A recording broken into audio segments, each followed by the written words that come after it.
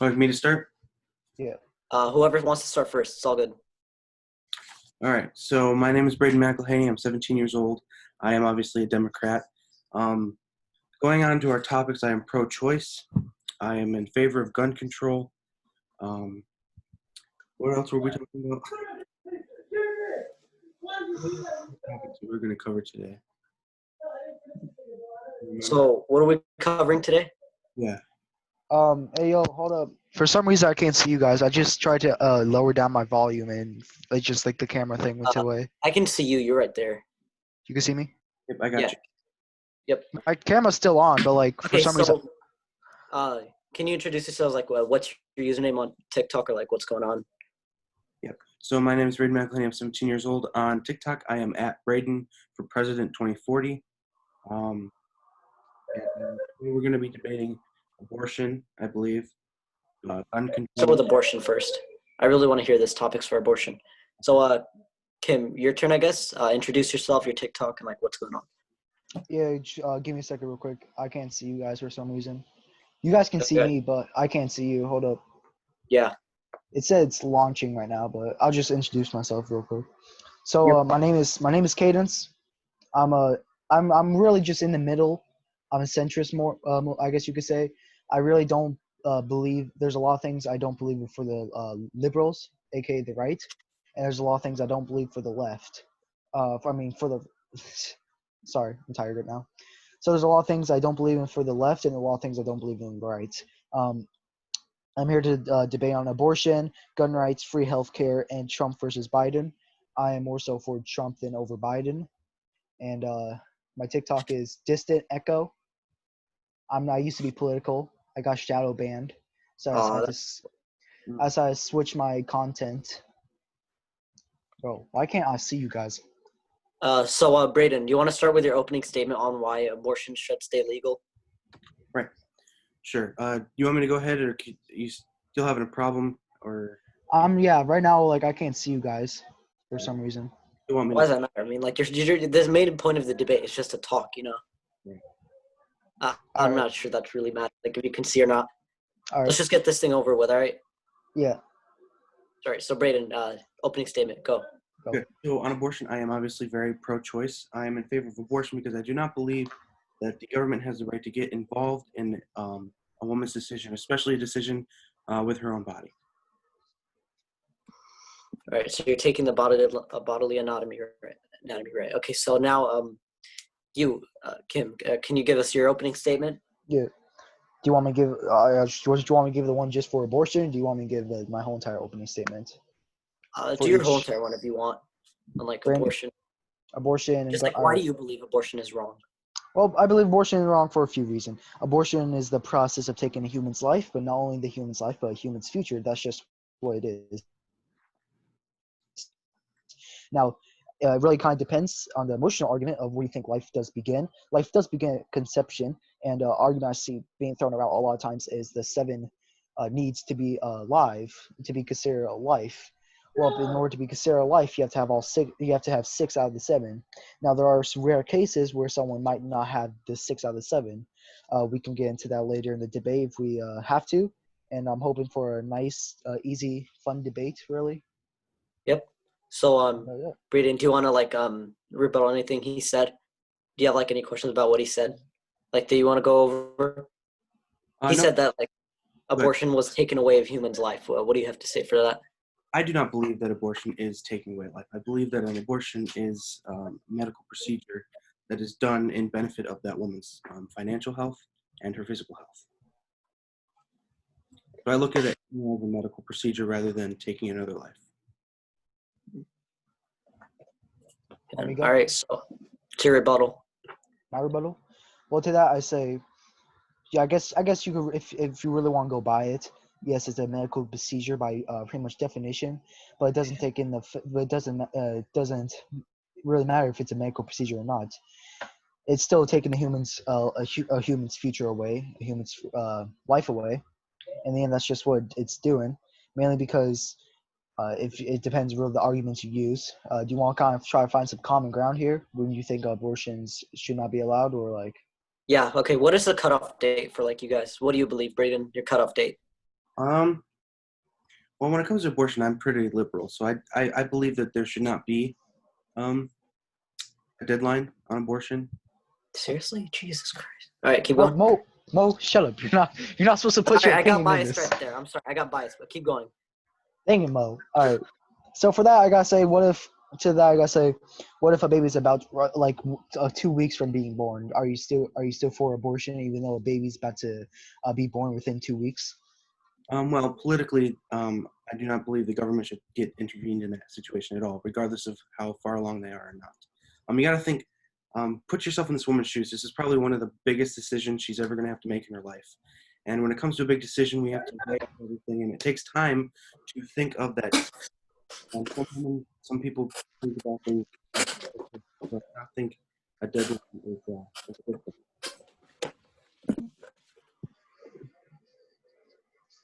Yeah. Wait. So like, what you're saying, like, you have to like put yourself in like the woman's shoes and like So think to about that, I what gotta she's say, gonna do. Because to you're that, I saying like gotta, abortion is like a procedure that's gonna have like a lot of mental toll on you, correct? So to that, I gotta say, you're right. It's gonna have a lot of mental toll. It will actually, believe it or not, there's actually statistics showing women a lot of times get abortions because it's inconvenient to them for time. It's inconvenient to them either financially. It can be inconvenient to them just because they don't want their body to be, I guess you could say, worn out in a way, from the birth. To that's a thing I don't agree with. If you chose to have sex, you chose to. It's just like saying it's just that you chose to have sex. You chose to not have any kind of birth control. Or if you did have birth control, you still chose to make the conscious decision to have sex, in which that's how you got impregnated in the first place. Now, I believe that if the mother does not want the child, she can put it up for adoption. There's already 1 in 32. There's already one child for every 32 for every 33 families waiting to adopt. Now, the reason why there are still people in the adoption system is because people are more likely to adopt a child that's a baby, a younger baby than, let's say, for instance, a 10-year-old who's already kind of just already starting to live his life. A baby still has time to actually really get attached to you and such.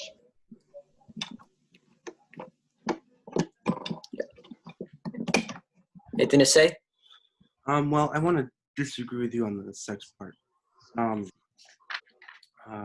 Thinking of sex, people have it, and when it comes to um, contraceptives and stuff, we need to sex education if we can. Maybe instead of making it, in my state, I don't know where you're from, but you take sex ed in middle school and once in high school. Maybe we should make that a requirement where we offer Of more course. education. You okay? Say something. So, No, Brayden, wait. Can I ask Mo. him something real quick? It's like, but like, what about drugs though? Like, since like, don't we like Mo. think that because like teachers teach them drugs and stuff, don't do drugs? Like, what do you think on that? You're Jesus Christ. Bro. As it's human nature either way. It's human nature if you want to have sex, it's human nature if you want to do drugs. And we can spread as much education and enforcement on it, but ultimately it's going to be up to the person. I agree with that. To that, I agree. We can't just get rid of abortion and then not put really anything left to replace it. We get rid of abortion. We should have other ways of birth control, better both birth control and possibly even more affordable. We get to that later though. But of course, you can't just get rid of something not to replace with something else in its place. Sex education. I live in Florida, and we have sex education. We have sex education no matter what. If you don't have any electives, you still get sex education at least like once a week. And in Florida, I think you're required like five or 10 hours of it. I think 10 hours. In Florida, you're required 10 hours of the sex education. For high school, I believe. For middle school, it's more like usually give a few days about the sex education, but sex education usually takes part in high school, at least in Florida, from what I understand. But I completely agree with you. I completely agree that we should have something in replace of it. That we should have something to combat the emptiness of abortion. What I don't agree is that if you do, like I said, if you do have sex, it's a self-conscious decision. Even though it's human nature to have sex, still you use a self-conscious decision to not wear a condom, to not be on birth control, and yes, there are those slight chances where it doesn't work. Still, Still, though, you can't say, "Oh, well, I tried. Time to get rid of it." That's why we have. Birth control and stuff like that. I do agree, though. I do agree that we should, sex education should be a big part if we do get rid of abortions. Do you believe that we should have like cheaper like contraceptives or like maybe even free or something like that? That's where I was going to get right there. You mentioned that there are things called condoms and birth control that people can use, but oftentimes people who are choosing to have sex at a young age aren't very financially advanced at the time, and contraceptives are very expensive. So I think the government should implement a plan in which they can make contraceptives a lot easier to purchase, along with more education. Now, to that I say, if you're young and you're rowdy, looking to have sex, you shouldn't have sex if you're young. If you're going to have sex, you should have sex when you're financially stable. If you're possibly, if you're financially stable and if in the rare case that you do have a child, you should be ready. You should at least be somewhat financially stable. Now, I don't think that 14-year-olds, 15-year-olds, or really at least anyone to the age of 18, which I believe is the age of consent. Don't quote me on it. I believe that's the age of consent. That's when Yes. you should start having. You should start having. You can really have sex. If you're anything below that, we can't have an actual affordable job. Then you shouldn't be. Then you shouldn't be having sex if you can't afford the contraception, condoms, and such, and etc. Stuff like that. Now, let's say you're talking about 18-year-old working at a gas station. Condoms usually go around maybe for 6 condoms for maybe $6 for a small box of condoms. $6 isn't really that much unless you're super hyperactive and sexually active, but usually that's just assuming. That's a really extreme case scenario. I agree. For people who are in upper class, America, $6 is not a lot, or $5 is not a lot. But we have to think of those people that $6 is a lot. You know what I mean? So we have to make it. Now, to that, I would say because my parents my parents is very poor. We're very poor. We live in a trailer park. But to that, I gotta say, in the grand scheme of things, the minimum wage I can't remember, but I know it's over $6. So just from 1 hour of working, you can buy a little box of condoms if you really want to get sexually active. So I really don't see a reason why someone would be able to afford a box of condoms just for a few $5. Unless they have a family to feed, Right. Again, that's just a whole different case scenario. Right. I was going to say that $6 could go towards food for a family. So we shouldn't have to be forced. Right, $6 is different for everybody. So, like, what do you have to say to that? Mo, you're not the one asking questions. You're the moderator. We already discussed about it. Yeah, the moderator can ask questions though. Well, that's okay if it's okay with Brandon. I really don't care. What do you say, Brandon? Embracing what I had said before, so I'm okay with it. Okay. But yeah, he is the one that's going to ask us questions. Okay. That's up to you. I thought that we were asking each other questions. One question I do have for you, though. One question I do have is that do you think that if we do lower the prices for such thing, what do you think that will really have an effect? Do you think it'll have a major effect if we possibly even make it free? In which case would fall under free healthcare. It would fall under free healthcare. But let's say you made condoms free and such stuff as possibly part of the healthcare system, or if you made it part of the healthcare system, part of someone's healthcare system at all. Basically, what I'm trying to ask is, what do you think would happen if we made condoms and birth control a lot more cheaper and possibly even free? Well, what do you think we see? Well, I think the number of teen pregnancy would continue to go down. I mean, it's already down more than it has been, but I think it would go down because put yourself in the situation of somebody who's about to engage in that kind of activity, right? You don't have that of material with you available at home. Are you going to spend the time to go buy it? Would you be more willing to go out and buy it get it if it was free, or would you be more willing to go out and buy it if it was $6? You know what I'm saying? I'd be willing to buy it either way if I was about to have sex. I know, but most people hesitate because, one, they have to go out and get it. Two, it costs money. Wouldn't you be more willing to get it if it were free? Wouldn't you be more willing? I would be more willing to get it if I was about to have sex. That's my point. Maybe that's different for everybody, but if you're about this kind of ties into the part with sex education. If you're about to have sex, you need to have some sort of birth control if you're not ready for a child. You should be willing to get it either way. If you're not willing to get it, then don't have sex. It's as simple as that. Right. So that goes back to my free will statement. Our level of morals is different than other people's, so we got to leave that decision up to them.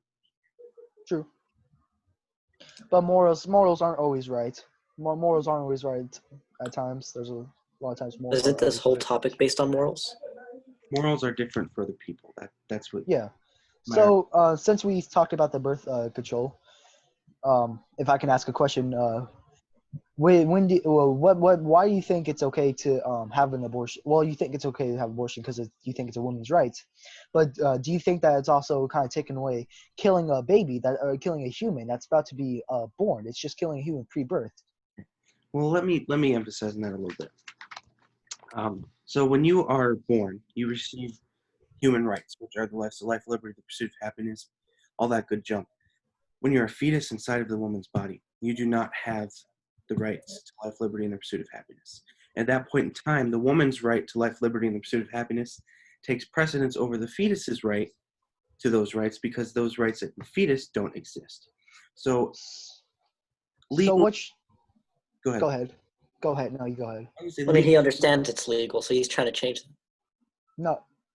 Go ahead, Bird. Well, I was going to say, legally speaking, it's not killing.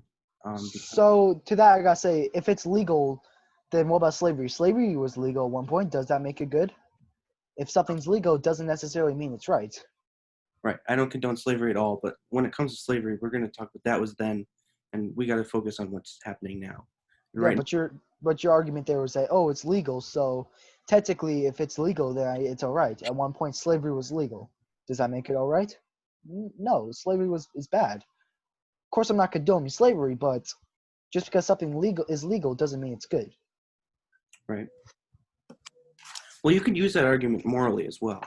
I mean, it's just the fact that they don't have the right to life, liberty, and pursuit of happiness until they are born. So really, we got to leave that decision up to the woman because it is her body. So let me tell you this: if the baby's inside the woman and it's her body, then does the woman have 4 legs? Does the woman have Does the woman have a second pair of limbs? If it's her body. No.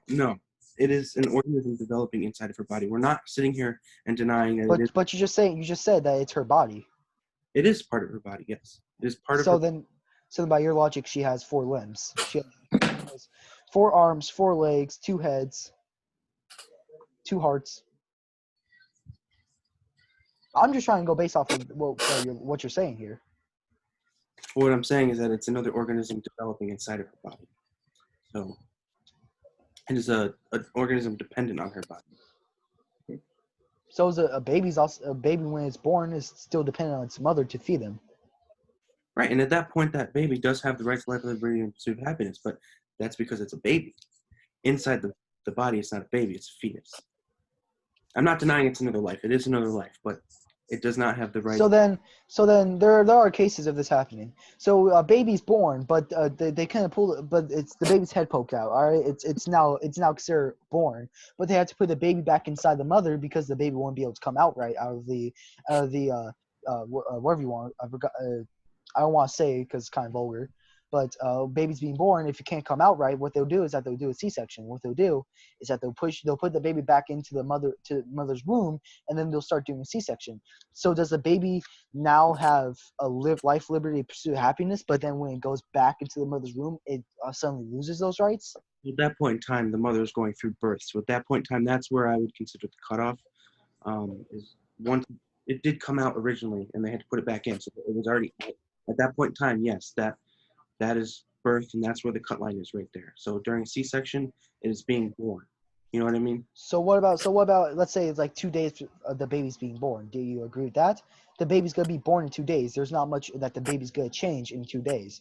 Well, I would agree with the woman's decision at that point in time. 2 days before the baby's being born. By the time when the baby's about to be aborted, 2 days right before it's about to be born, you're okay with that? I support the woman's decision because it's her decision. It's her decision. So when you say it's her decision, does that mean that you're not giving a baby? You're not giving the. You're supporting her decision to murder, basically, to murder her child because it's inconvenient to her. Does No, the father? Does the father get? Does this father get any say in this? Do you think the father gets any say? I ultimately, it is her body, her choice, regardless of the situation. But no, I don't condone murder. Procedure that is done to benefit that woman. It's the father's sperm. It's technically the father's sperm that he provided to the woman. So shouldn't he get a say in it? Because that's the father's sperm. I believe if it's a committed relationship, their relationship. Y'all shit's cutting out. Can you repeat what you said? Me? Yeah. Mo, Yeah. I don't know What what did Mo you was. say? I don't know what did I say. What? What did you say? Because I couldn't hear anything for like the past 30 seconds. You cut out badly right there. Oh, I was saying you cut out and like you should repeat what you said. Me? Hey, Brayden. Oh. What did I say? What was I saying? I think you were saying like I can't remember. I think you were saying like because I said the point I brought up was as the father's sperm that he provided to the woman. Right. Yes. So in a committed relationship, in a decent relationship, I do obviously recommend that there be a joint decision. However, in some circumstances, the father's not around. The father could be abusive, and ultimately, that woman's got to better her life, and that is the whole purpose of this procedure: is to better her life, whether that be financially, physically, medically, whatever. Now to that I gotta say, if the father is abusive, did the woman have sex with him without consent? I agree. If a woman does get raped by a man, I agree that the abortion is going to be the woman's choice because it wasn't her. She didn't consent to it.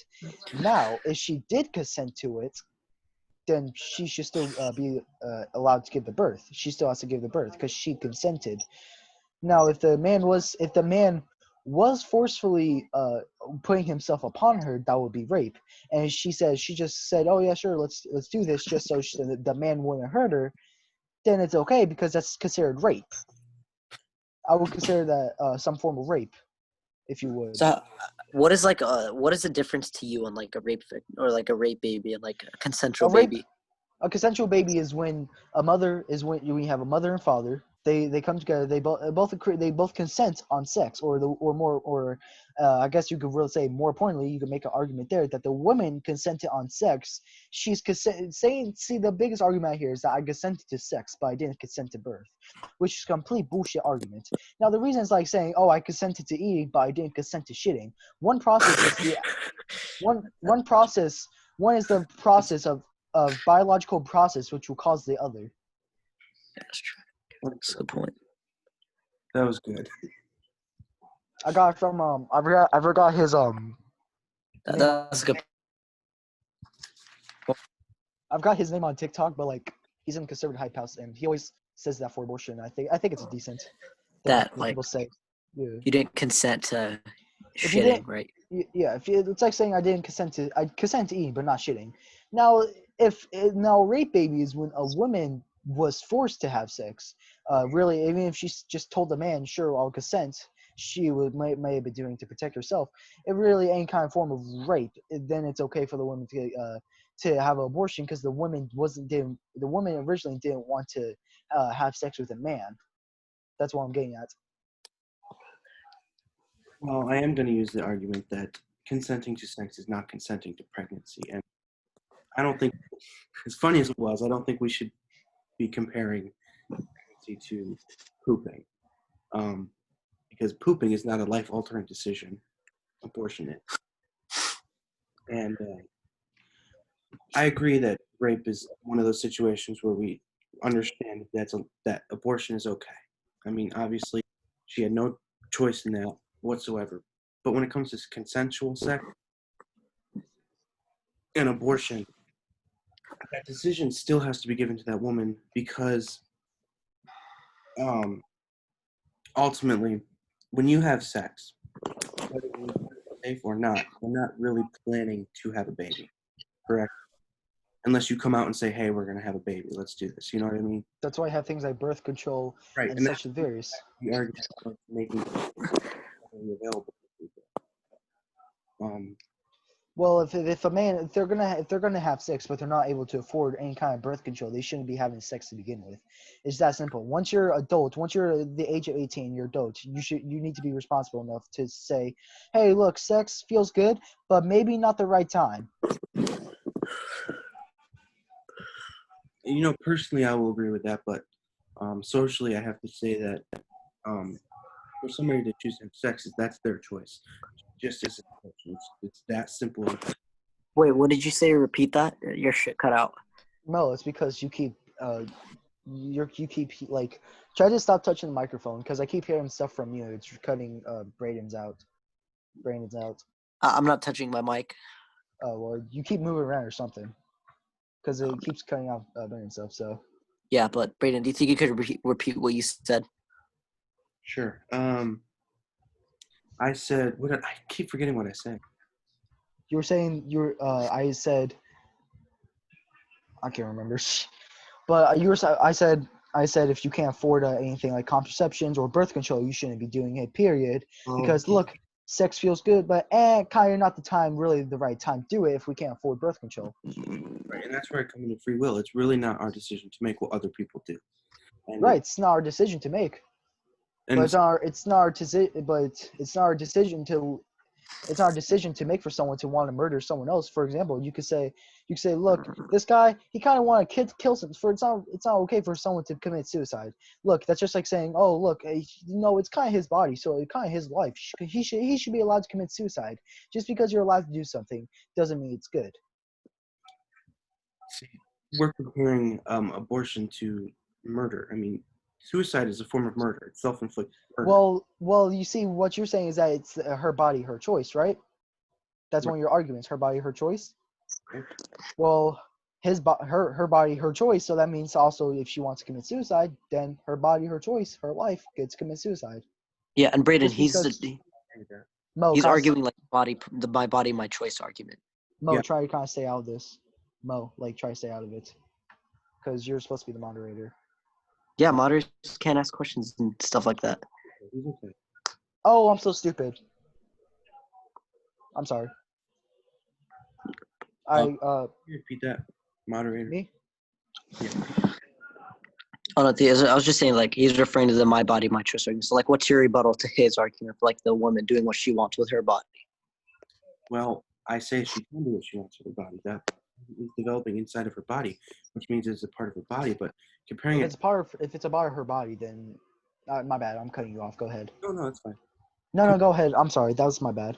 Comparing it to suicide, though, is not something that it doesn't equate. It doesn't equate. For sure it does. Somebody who was born, that person has already been born. He rights, life, liberty, and pursuit of happiness. Yes, in that form, that would be self-inflicted murder. But that fetus does not have the right to life, liberty, and the pursuit of happiness. Therefore, the woman's rights to life, liberty, and the pursuit of happiness, I will continue to say this, takes precedence. Do you know what I mean? See, the problem with I have the main argument right there is that you're going based off of something that's technically this is what I think the Constitution says and what the law says, so it has to be right, which again the law said it was okay to own slaves, but it's not okay to own slaves. That's just that. Just because the Constitution says this, or that Legally, though, this is medically too. or even if legally the law says it, it doesn't mean it's right. Yeah. So, Braden, he's arguing that it's just morally wrong. He knows that it's legal and stuff. Right. And I do not believe that all morals are the same for every person. I believe that anybody's morals need to be supported. The morals that we have to follow as a government and as American people is the morals of our constitutional law. That's what I'm saying. So I kind of have a morals. We're going to use the constitutional law, not our personal morals. Well, I just have a quick question though. What's the difference? Because when you're killing a fetus, that fetus it's already been decided how many chromosomes, what chromosomes it's gonna have, if it's gonna be a boy or girl. It's already decided. Its hair color, its genetics are basically already decided. and then from it's gonna go inside the woman's body so it can survive, right? Now, when you're saying that it doesn't have rights yet, what's the difference between killing a fetus and killing a human, other than the rights argument?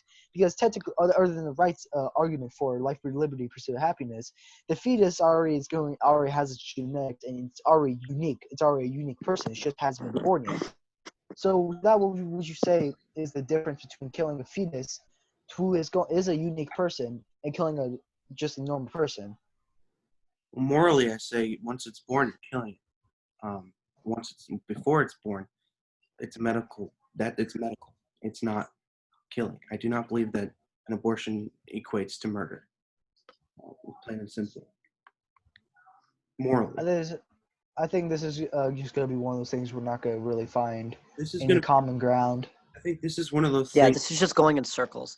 Yeah. Kim is saying it's morally wrong, and you're saying it's like a woman's choice, like before it's born. So it's just going in circles. So like, if we need to establish some type of thing, so we don't keep going in circles. Yeah, we'll move on to the next topic, but I think abortion is one of those things that everybody just has to step back from and say, look, this isn't my decision to get involved with, whether I agree with it or not. It's one of those things we just got to take a step back from. Do you know what I mean? We got to look at it from the sidelines. We got to understand that the point of this is to save lives, and ultimately allowing abortion to be a choice actually saves lives. People are going to get an abortion regardless. You know what I mean? And most of the times they're going to go get it illegally, and that is so dangerous to get an abortion legally or Well, to that I gotta say is that they're gonna get it illegally, but we can both agree. Can we both agree that the abortion rates will go down significantly? Abortion rates will go down because it's already shown in studies that most women don't get abortions. I'm sorry, I'm trying to find a way to word this. Most women get abortions because they just feel like that it's inconvenient to them and they don't want to have a baby, even though they made the conscious decision to have do a biological function to make the other happen. So to that I gotta say, like, my question is, I'm trying to figure out a way to word this because I'm trying to figure out the best way to word this that doesn't sound confusing. My question is, why is I honestly can't figure out a way to word it. So you want to move on to the rights of Are you gonna guns? say something like why is location matter, something like that? What No. were you saying? Oh, okay. Oh no, I know what I'm gonna say now. All right. So basically, what I'm gonna say is that if it's inconvenient to the mother, then why is most abortion rates have shown most of the time the mothers just get it because it's inconvenient to them. They're killing the baby from birth because it's inconvenient to them as a person. Now, really, this is just going back and forth in circles. So you just want to move on to the Yeah. to guns. We'll just move on. I just Yeah. think that choice is one of the biggest things because it gives those people who don't like it a choice to not be forced to do it, and it gives those people that are okay with it a choice to have that, available. Yeah. But we So can yeah, move. the thing I think the I just want to say one last thing. I think the thing that you're agreeing on, I think that you're thinking that I think that the child should be with the mother at all times after the birth. I just think that they if they don't want the child, they should at least have the child be born first, and then they put the child in for adoption where they won't have to worry about it. I That's totally what I'm saying. agree that adoption and other forms of, not keeping your child should be forced and shared. But ultimately, Yeah. got to keep that right available. It's for both sides. Yeah. So you want to get into guns now? Well, did you do your closing statement? Yeah, I've done my closing statement. We've done our All right. closing We statements. pretty much did our Okay. best. So for guns, since Braden started, let's have Echo start. So I just have a question. Because I feel like this is a thing where a lot of times I have misunderstandings with people. They think I'm completely for no gun laws. Now I do think that should be gun laws. However, I do think that by the time that we keep restricting you're not allowed to have that type of gun, or you're not allowed to have that type of gun. Some of these gun things are completely stupid. For example, if you have a certain type of gun, if as long as it's a pistol grip, you can have it, which isn't going to change much of the gun's function. Now, I do think we should have gun laws. That's just common sense. We should have gun laws because there's gonna be people out there that shouldn't own a gun because they're gonna use it for bad actions. But I do think that we shouldn't keep building upon gun laws saying you can't have that weapon, you can't have that weapon, because once we do that, you're gonna end up taking away all the weapons. You're gonna be end So up taking away all guns. Guns are so important not only to an individual's protection, but also the protection of the United States of America. Echo, are you like against are you against any type of like attachments that like could help someone like shoot? Yes. What type of attachment? Well, it depends. Well, attachments, for example, you could attach a grenade launcher to a gun, which I know kind of sounds silly, but it's quite That's possible. totally legal. Attachments, explosive attachments like that, really, I don't see a reason why someone would need it other than to either one, A, cause chaos and just kill a bunch of people, or B, protect themselves from the government so it's more effective. But we'll get into the thing Yeah. more into the gun debate, the whole government thing. But yes, there are certain attachments that I do think should not be allowed, What about such gun as bump stocks? gun stocks. Bump stock. Stocks. Yeah, those really don't really change much other than making a gun more stable and more suitable for a person, really. Now, and let's say, I think next day probably gonna say, what about scopes and suppressors? Those things should be still allowed because people use suppressors for hunting, so that way they take a shot at a deer. That if they miss the deer, they have this better chance at a second shot, so the deer just won't completely run away. Yeah, I can agree with that. I agree with that too. I didn't think about the whole deer thing for suppressors. Because suppressors, a lot of people don't think they take into account hunting. I've done millions of gun debates before. Number one thing people bring up, oh, you don't need a suppressor to go to like for everyday protection. Like, so I just wanted to bring that stuff up. The only attachments to guns I think should not be allowed are pretty much whole entire things themselves. Towards I guess grenade launchers to attach to guns, stuff like that. What about fully autos? Fully autos, I don't see a problem with it. All right, so Braden, what's your main argument for guns? Like, what do you think should we do, or like, should we change anything with guns? I'm going to start off by saying that fully automatic weapons are already illegal for citizens in America. But I am obviously for gun control. I agree with you that we should keep scopes for hunting and stuff. And some of those personal attachments to make a gun more comfortable for you, those are fine. I mean, when it comes to gun control, I'm kind of moderate on that. But I do believe that most mass shootings in this country do happen from legally purchased weapons.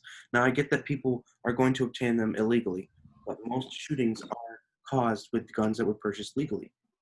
Having access to guns also increases the idea of violence across the country, and people who don't own guns can still purchase. Do you have a source for that? No, Mo, stop.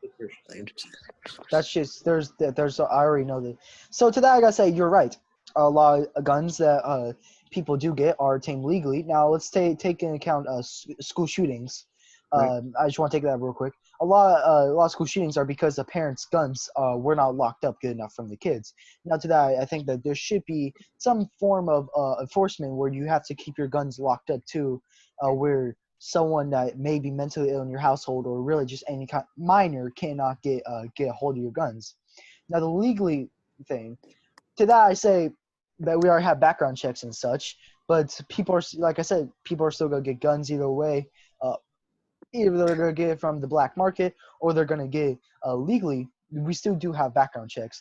Now that's just kind of one of the things you gotta sacrifice with being able to protect yourself from the government. Now a lot of shootings obviously happen in gun-free zones where you're not allowed to have a gun. For example, schools and such other areas. A lot of those shootings happen there. Now, if we do get rid of guns, if we do start making certain bans on guns, I would not agree with it. That's just the main sacrifice you have to make. You have to make. For example, if you ban all guns, there's people that are gonna still easily get it from the black market. They're gonna get it from the black market, and then you go into go into someone's house with a handgun. That person's gonna die. They're not gonna have a way to defend themselves. Now, guns actually per year help save more people than guns kill each year. I'm gonna bring an argument here. Guns. The only way to solve a gun problem is with a gun solution. So there was a person that was about to commit mass genocide. I believe it was in a mall. The person that stopped him was a person that had illegal firearms. The only way to solve gun problems is with gun solutions. And then you're gonna see gun problems arise that are gonna be more deadly, way more deadly than they are when people weren't gonna be able to have guns. Let's say you're gonna have someone that's gonna have a gun. The only way to defeat that problem is by using a gun to combat that person with a gun. So you're saying fight fire with fire? Yeah. Okay. Guns, you can't really use a knife to take someone out with a gun. It's just not gonna work. So if we say fight fire with fire, why don't we try and figure out a way to stop fire from happening in the first place? You know what I mean? Yeah, we So do what have. would you do? What would I do? Background checks are already extensive as they are. It takes about 3 or 4 days. It really depends if you're talking about the background checks or you're talking about the licensed gun dealers. Licensed gun dealers are required by law to do extensive background checks, and especially if that person has some sort of history of crime. Also, Brayden, what would you do so you can like decrease some of the fire that's going on? Because like, do you understand? Like, banning guns won't stop them completely. Same with anything. But like, what would you do to like decrease the fire? I agree. Banning guns would not stop it completely because, like you said, people are going to get them illegally.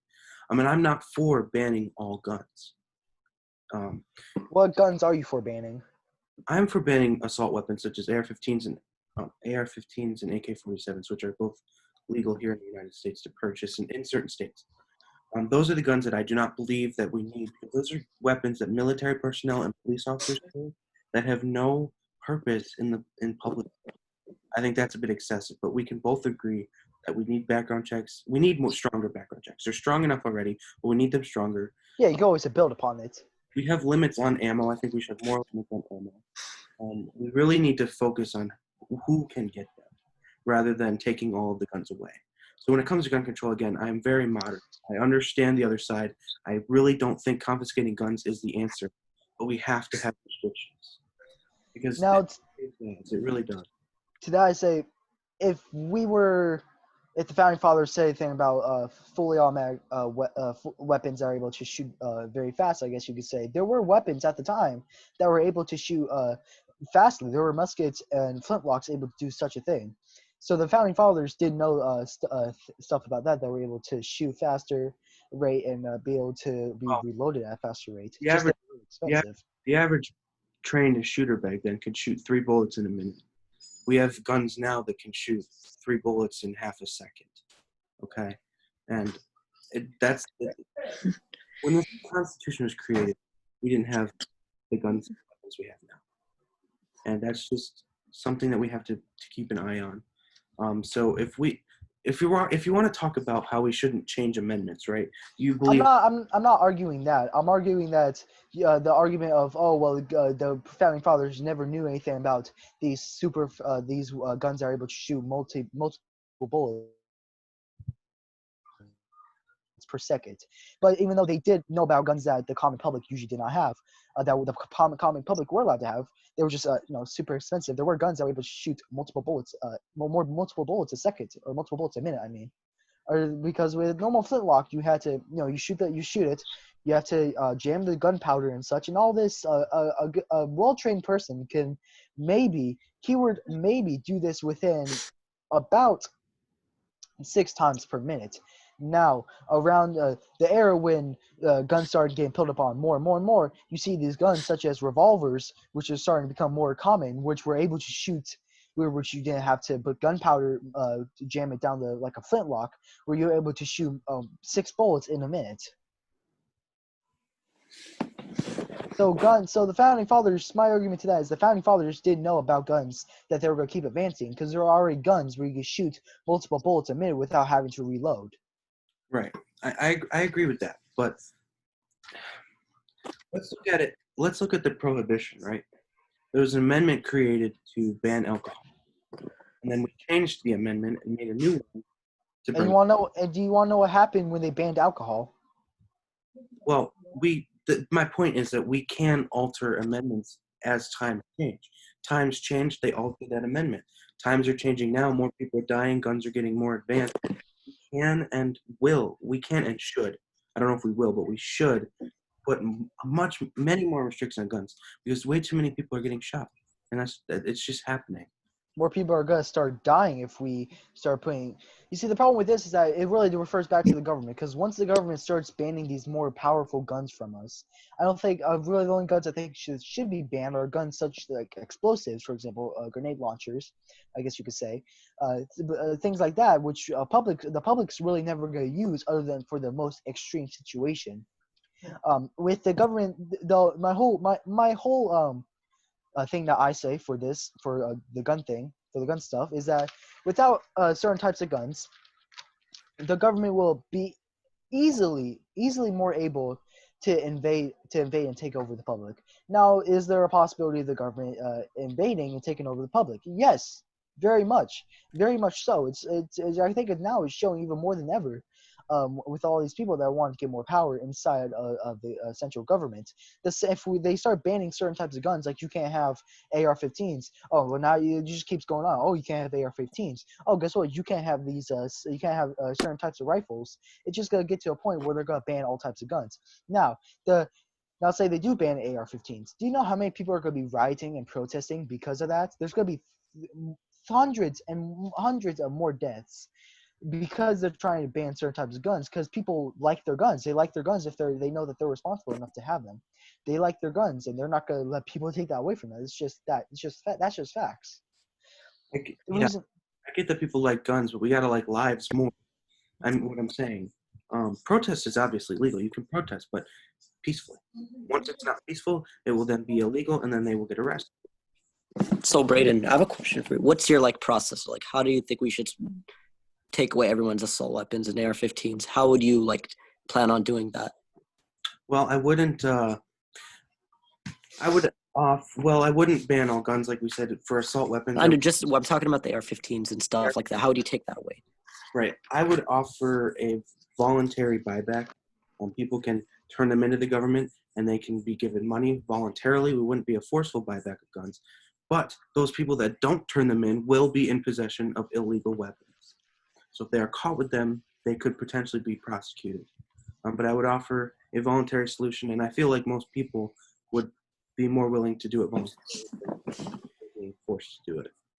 you see, the buyback, it's just because it's a buyback. Oh, look, we'll give you your money back for your gun. That's not gonna work. That's just not gonna work. It's that simple.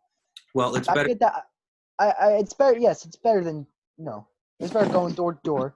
Yeah, buybacks, but in the end, it's still not gonna work. It's not going to work whatsoever. I do think that we should be allowed to own AR-15s, because to make the government fear us. The government should know that it works for us. The government right now, especially right now, it's more and more getting more and more power left and right. And a lot of these things that people are proposing are just giving the government more and more power. So I think right now, especially the time for advanced guns, weaponry for us is just more important than ever. Because if you take AR-15s away, and let's say you do get a buyback, do you know how much more likely the government is able to evade and how much more successful they can be? Because you're going to have guns that you're going to have to pump. For example, you have a shotgun, right? You have to pump it. You have to pump it every time, where you're not going to be able to be on equal ground with the government. Now, if you say, oh, well, the government has tanks and nukes, one, the government's not going to nuke its own cities. Two, yes, they do have tanks, but do you know how many soldiers are just going to be going AWOL because the citizens have weapons that are on par with their own weapons? The amount of soldiers going AWOL will be crazy, but when you take away those weapons that are going to be on par with their own weapons, it's going to be a lot more soldiers are going to be a lot less likely to go AWOL from the government. Okay. How often do soldiers go AWOL, though? Not very often. Very often, right? So that's not really a worry that we have to worry about right now. Right now, yes. Not a problem yet. But let me go back to your statement. You believe that we, the people, work for the government? No, the government works for us. The government works for us, okay. Well, that's what you said. I guess I'm saying that we work for the government. Now, going back to in history when we broke free from the British rule, correct? Mhm. We gained our independence from Britain. We created this governmental style called the Articles of Confederation, which was And the problem with that government is that there was way too less power in the central government. it was weak because that at that point in time they didn't want the government to control pretty much anything, and they realized, look, that's not going to work. So they created what we have now, the constitutional government, which does have some control over the. We give the people power by allowing them to vote and making decisions in our government. The government does not necessarily work for us. They just allow us to be part of them, and people's lives matter to the government. Um, What's the point you're trying to make? I'm a bit confused. I guess what I'm saying is that you claim that the government is having too much power over us by taking guns or by limiting guns. But I disagree with that. I think the government is just trying to simply make people's lives safer and save lives. So, do you think that, let's say they do take most of our guns to the point where we're going to have handguns, do you think the government's going to try and evade and oppress its own citizens? I Or don't do you think, think you don't think that will? I don't think that Well, I don't think that it'll ever get that far. And I don't think that it should ever get that far. My problem is that it is still very easy to get a gun. Yes, there are background checks, but it's still very easy to get a gun legally in this country.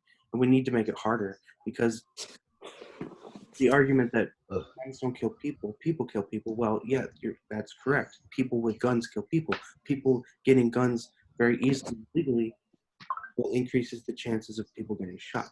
So we need to make it harder for people to get guns. That's the point I'm making. I'm not saying we need to get rid of all of our guns, but what we need to do is we need to make it harder for people to just get a gun whenever they want to. Because guns are dangerous, whether you think that they are or not. They are dangerous. They are a tool that kills people. I mean, we don't call it a person shot when somebody's in the hospital, right? We call it a gunshot because they were shot. to that, gotta say, to me, that's a flawed argument. You're saying that the gun killed the person. A gun doesn't have instinct. A gun doesn't have judgment. I didn't say A the gun doesn't have a brain. The person was the one that pulled the trigger. A gun helps someone person kill. needs a gun to pull the trigger, is what I'm saying. And it is not the person himself killing that person, is the bullet coming out of the gun that causes them to die or to get injured. But without the gun, that wouldn't happen. That's if you really. That's yeah, you're true. But you're saying that the gun's the one that's killing the person. The person's the one that's killing that person. It's just like saying the fork. You're saying it's just like saying, oh, the fork wasn't the one that the fork. I wasn't the one that made myself eat. The fork was. No, Or I'm not, or I'm not saying the gun itself killed the person, but I'm saying that it is because of that gun being in that person's hand that person died that way. yeah, that was the person that killed the gun helped. The thing I use for this Without the is gun, that the gun helped. shot. The gun helped, just like how a car helps you get from point A to point B, and how a pencil helps you write. Well, And yeah, we a shouldn't.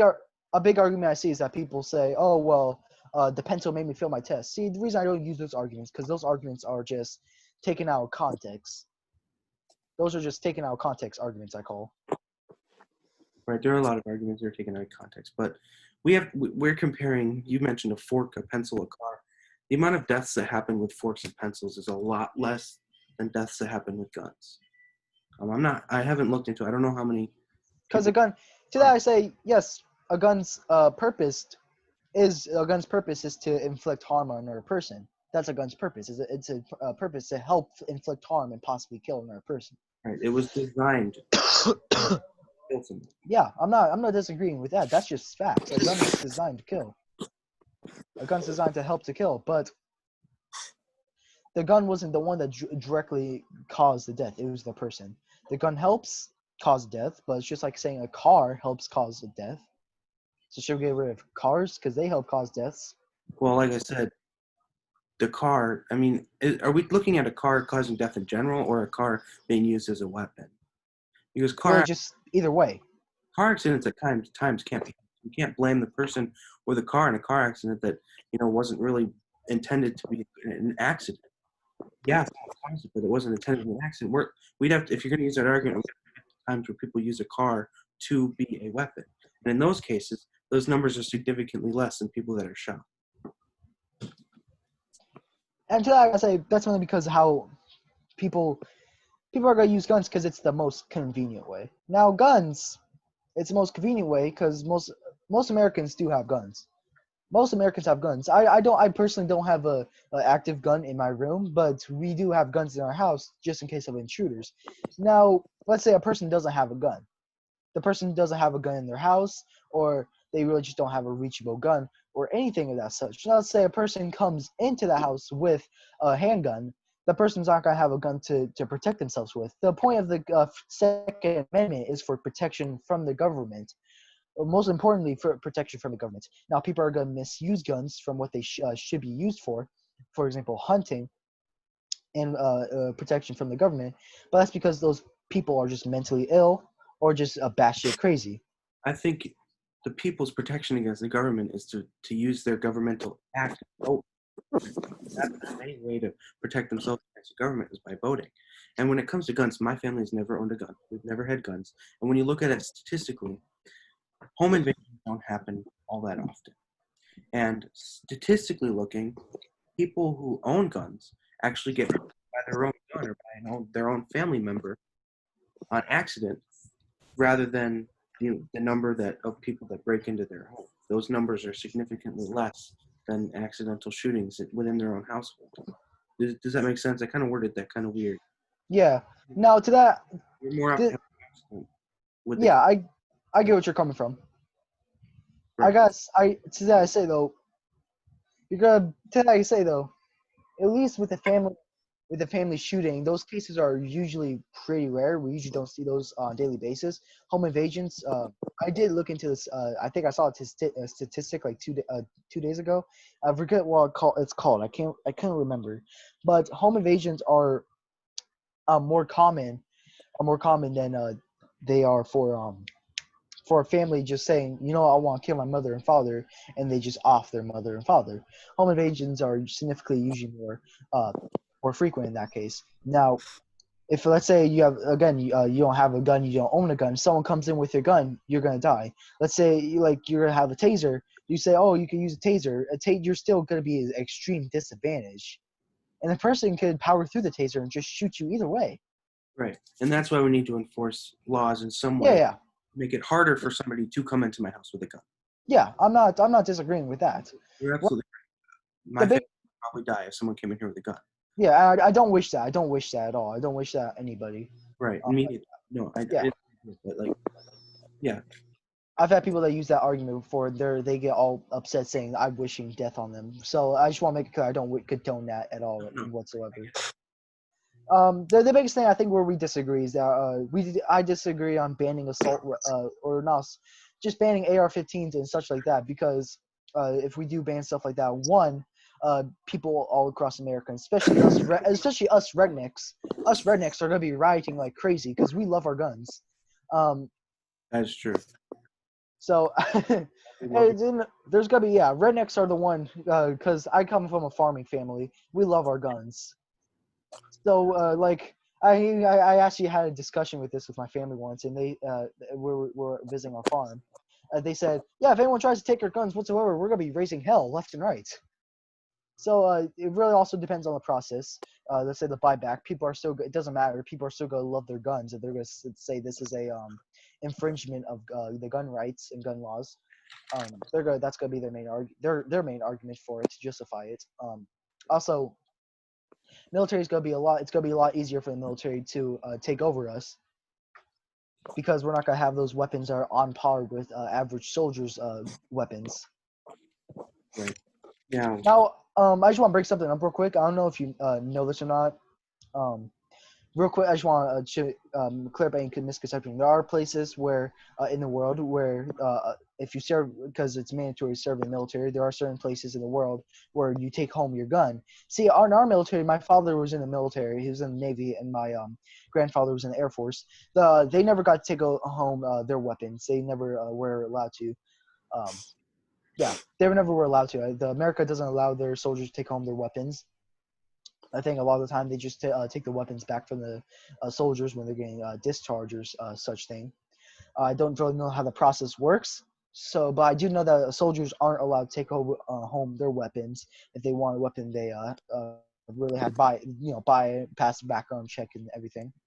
Um, like I said, I agree with you. Stricter background checks. I just don't agree with banning ARs, AKs. AKs are very rare in America. We rarely see them for use really. Now, yeah, that's just where I disagree mainly. Right. And I agree with you on the background checks. I think a majority of America can agree that we need more background checks. Oh yeah, We agree that we need ammo restrictions too. to an extent. But Yeah, because I'm pretty sure like background checks are not federal. So do you think that like the government should start doing it federally? that's where Background. the word universal comes in. Different states have different level of background checks. We need to find a universal, federal, Yeah, same. there should be a Go ahead. there should be a this is the at least what you need for background checks. If someone goes higher over that background checks, good, but this should have a at least amount for background checks. It should just have the low end amount instead of look everyone loosey goosey background checks. Because I could tell you this. You could like be in Florida. Let's say this is just hypothetical. Let's say Florida has really strict gun laws, and let's say Atlanta doesn't. As long as you have I think you have a residence family in Atlanta, you can't go to Atlanta, and you can't go to Atlanta because you're a Floridian, you're considered Floridian, so you have to become a citizen of Atlanta. I think I forget the word that citizens use for Atlanta, but you if you go to Atlanta try and buy a gun, you can't because you're a Floridian, and vice versa. Right. So to that really stops from people going to other states and getting those guns. And a lot of times it just kind of deters people because they're not gonna what AR is kind of hard to get to where I am. I'm not gonna a lot of times they're not gonna pay huge amounts of money to go to a state, get a flight, and then get the correct stuff to bring it back into their state. That just doesn't happen. Right. I agree with you. I agree with you. Well, like I said, banning guns completely is never going to be an answer for me. I don't know if I would ever support anybody who would consider banning all guns, but we do need some weapons that we don't need. We don't need teams and AK. Where we're just going to have to disagree, but I think we can all agree that people are dying and we can stop. Oh yeah, that's facts. No. So you want to get into free healthcare now? Sure. Yeah. I have a question. Okay. I have a question though. Are you recording this for YouTube? Me? Yeah. I am, yeah. Okay, cool. I just didn't know if you were or not. So I'm perfectly cool with that. Yeah. Also, so Brayden, like, what's your perfect idea of free healthcare? Like Bernie's free healthcare? Like, what's up? Well, I kind of meet in the middle. There's Biden's healthcare plan, which is to build on a Obama style healthcare that you can buy into, and then there's Bernie's plan. I kind of meet in the middle. I don't know if you guys remember Pete Buttigieg or anything. I do. Oh, that dude. He was my number one supporter. The number one candidate I supported, but he supported the Medicare for All Who Want It plan, which gives a version of Bernie's plan to people who would want to do that, for people who can't get it right now. But for those of you that like the private plans that are insured through their job and insured on a plan that they've been with their entire family, a family-owned insurance company, there are hundreds of other plans out there. Those people can still choose to be on there. I support somewhere in the middle, but obviously right now Biden's the candidate, so I'm going to have to go with his choice. But personally, I support the people. So my problem with Medicare for All, Pete Buttigieg's plan, the problem with that plan I have is that it's a good concept on paper. I guess you could say it's a good concept on paper, but the biggest problem I see with that is that you're gonna say, look, people that want the government's healthcare, that don't have healthcare, they can have the government's healthcare. But people that want their own private healthcare, they can have their healthcare. But the way that the government's going to pay for it is through higher taxes. So overall, everyone's going to have to pay Medicare for all. That would be correct on the Medicare for All plan, like Bernie Sanders and Elizabeth Warren plan. But for Pete Buttigieg's plan, he actually laid it out. I don't remember the source, but I looked at it. He would pay for it all, but we'd have to roll back the Trump corporate tax cuts. Though that amount of money would pay for all of it if we did it that way, because it'd be a smaller version of Bernie's plan, so it wouldn't be $2 trillion. Basically, what you're saying, that bigger corporations, their taxes, corporations, their taxes, they'll be taxed more for the Medicare for all. Correct. They would be taxed more, but the American people, the middle class, would not be. The problem with the corporations, this kind of ties in to socialism, democratic socialism. The problem with the big corporations is that you're taxing these big corporations, which a lot of people say they're monopolies. They're really not monopolies, really. They don't it's very hard to become a monopoly. I'm not expert in economy. I'm just starting to get a good grasp on Economics. it. Yeah, economics. I'm starting to get a good grasp on the stuff. But the biggest problem I see with this is that you're taxing more for big corporations. Now those big corporations are most likely going to be getting just a little bit mad, most likely, and probably protest a little bit. Their workers might protest because the workers aren't going to get paid, or probably the workers' salary is most likely going to be going down because of the result of it. This kind of ties into tax the rich, which I don't really agree, because that's kind of like saying, look, if you're this class, you get taxed more than this class.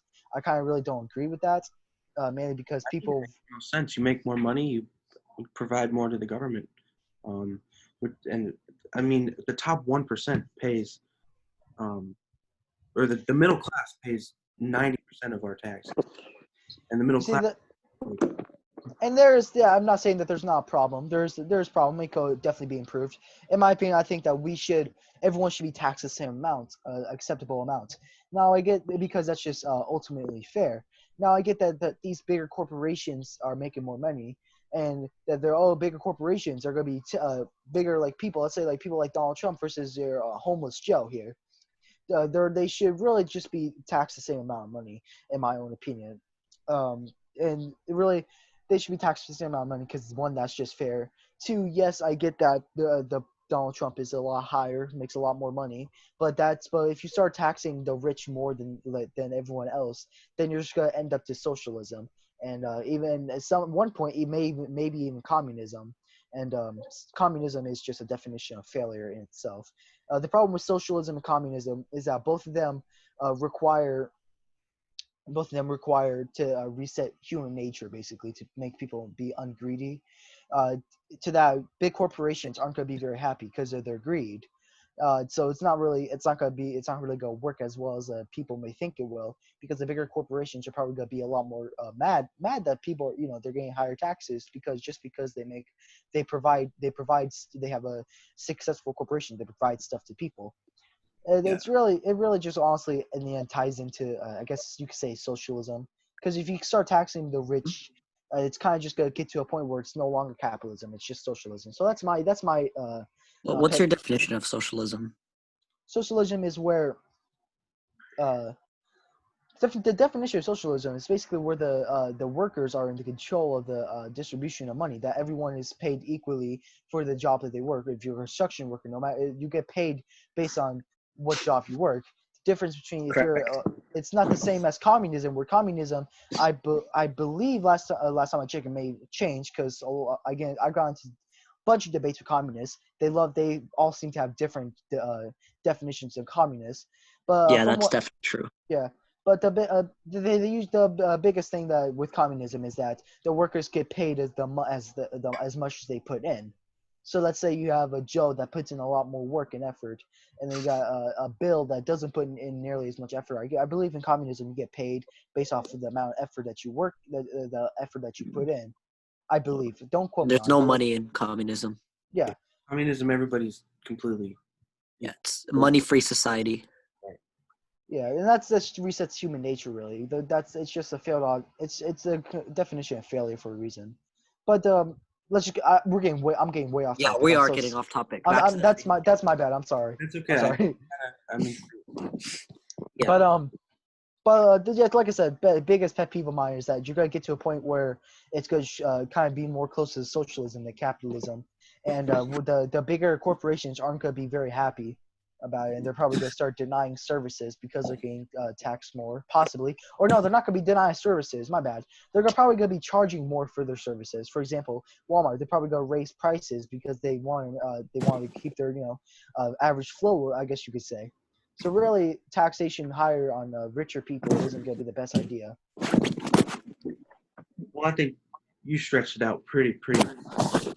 Yeah, that's my fault. I'm just honestly going way off topic. You're rambling. You're Yeah. Right. You can't really take away money from the rich because that's just stocks.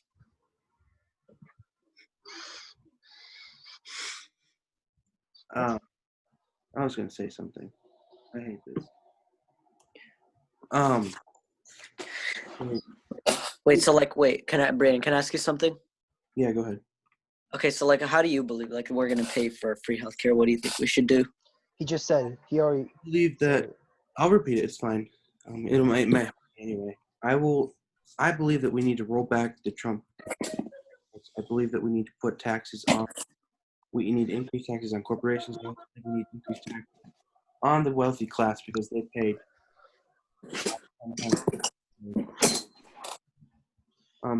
That would not mean that would mean taxes would not go up for people of the middle class. So going back to how Walmart workers would have to get paid less because it would cost more. That would be true if we raised taxes altogether. I mean, we're raising taxes on the 1% of people. So You're raising taxes on the big corporations, which pay the middle class. we're raising taxes on corporations and the wealthy, but that does not Yeah, directly affect. corporation. It does. It does because you're raising taxes on these corporations. These corporations are gonna say, "Oh, well, we're gonna raise prices for our items and our service, and we're also gonna lower the wage to possibly, even quite possibly, the minimum wage. Just gonna lower everything to minimum wage because they're gonna want to maintain their steady inflow of money." That's the main problem with the higher taxes for bigger corporations.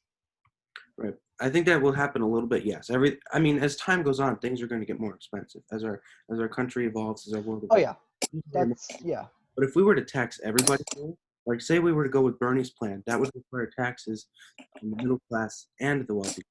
That would definitely spike up prices and lower pay. But we're talking about 1% of the people. So I don't think we would see a big enough effect for it to be crippling financially to the middle class. Maybe so for corporations and maybe so for the wealthy. They would lose more money and have to pay more money. However, it wouldn't be enough to be a problem. And everybody in this country would have access to health care. Yeah. So I kind of want to get into a few things here for free healthcare. One thing I want to get into is that if you're gonna put that taxation plan of where higher corporations have to pay for the money, it's gonna most likely just kind of completely affect the lower classes and just punish the lower classes overall as a result.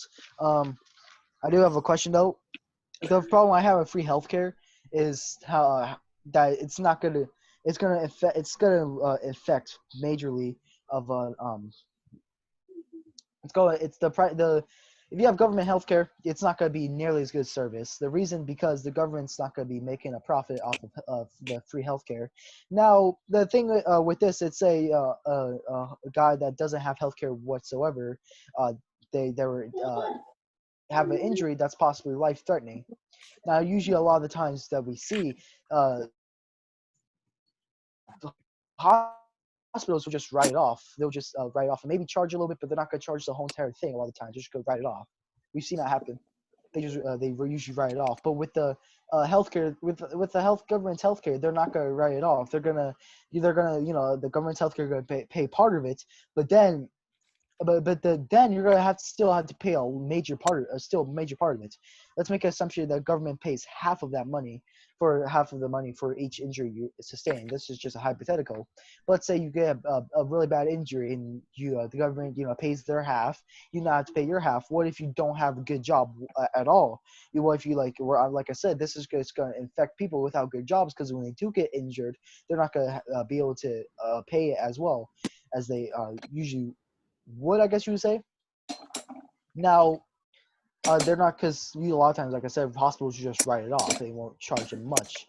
Now now with free healthcare, they're just gonna say, look, you still have to pay your half at that point. So, but people, because it's gonna be affecting a lot of other stuff, they're affecting the lower class. The lower class isn't gonna be able to pay upright. It's gonna put them into financial debt most likely. Free healthcare will put them in financial debt. Is that what you're saying? Yes, because mainly because at least the way your the healthcare system you would like to see for Booge's system, where you have higher taxes on the rich and the corporations that are paying the lower class. Corporations are going to make lower class have lower wages, and they're going to increase their prices. That's just going to be a direct effect of it, because corporations are just going to do that. That might definitely happen, but I don't think it's going to be enough to financially burden our healthcare system. Look, an appendectomy, is an operation that we have to get, to save our life, right? We can agree on that. Yeah. An appendectomy in America roughly costs about $15,000. Now, when we have an appendectomy, we can't exactly plan it. It just happens. And $15,000, it'll pay for most of it. You still have to pay for some of it. But for those who have bad insurance and for those who have no insurance at all, they're going to have to pay that out of pocket. My problem is that most of the time people are burdened, they can't really control. It's something that, has to save their life. I don't believe that should be pay incredible amounts of money. I don't go into financial debt and struggle to save your life. That's the idea of free healthcare, is providing to eliminate that $15,000 cost. Yeah, maybe corporations will have to pay more. Maybe eventually you might have to pay 2% more in taxes. But I'd rather pay 2% more in taxes eventually, or I'd rather have corporations pay taxes. I'd rather pay more for a candy bar and to know that when I go to the hospital, I'm not going to be financially struck by a private life-saving operation. You know what I mean? Yeah. The problem I have with that is that you're saying that you're assuming that the government's going to take care of the full expenses, which if the government's a lot of the time, government's healthcare is going to be the worst healthcare, I guess you could say. Though they're going to pay the less for you. They're not going to pay as much for you. Let's say, as you have a better healthcare private system.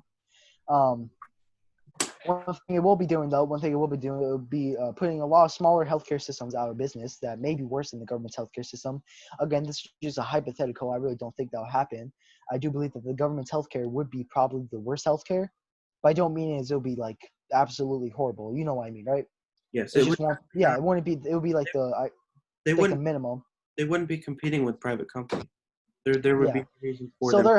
So their healthcare would be the minimum, I guess you could say. It would be lower than what it is now. However, it would still be sustainable to be effective.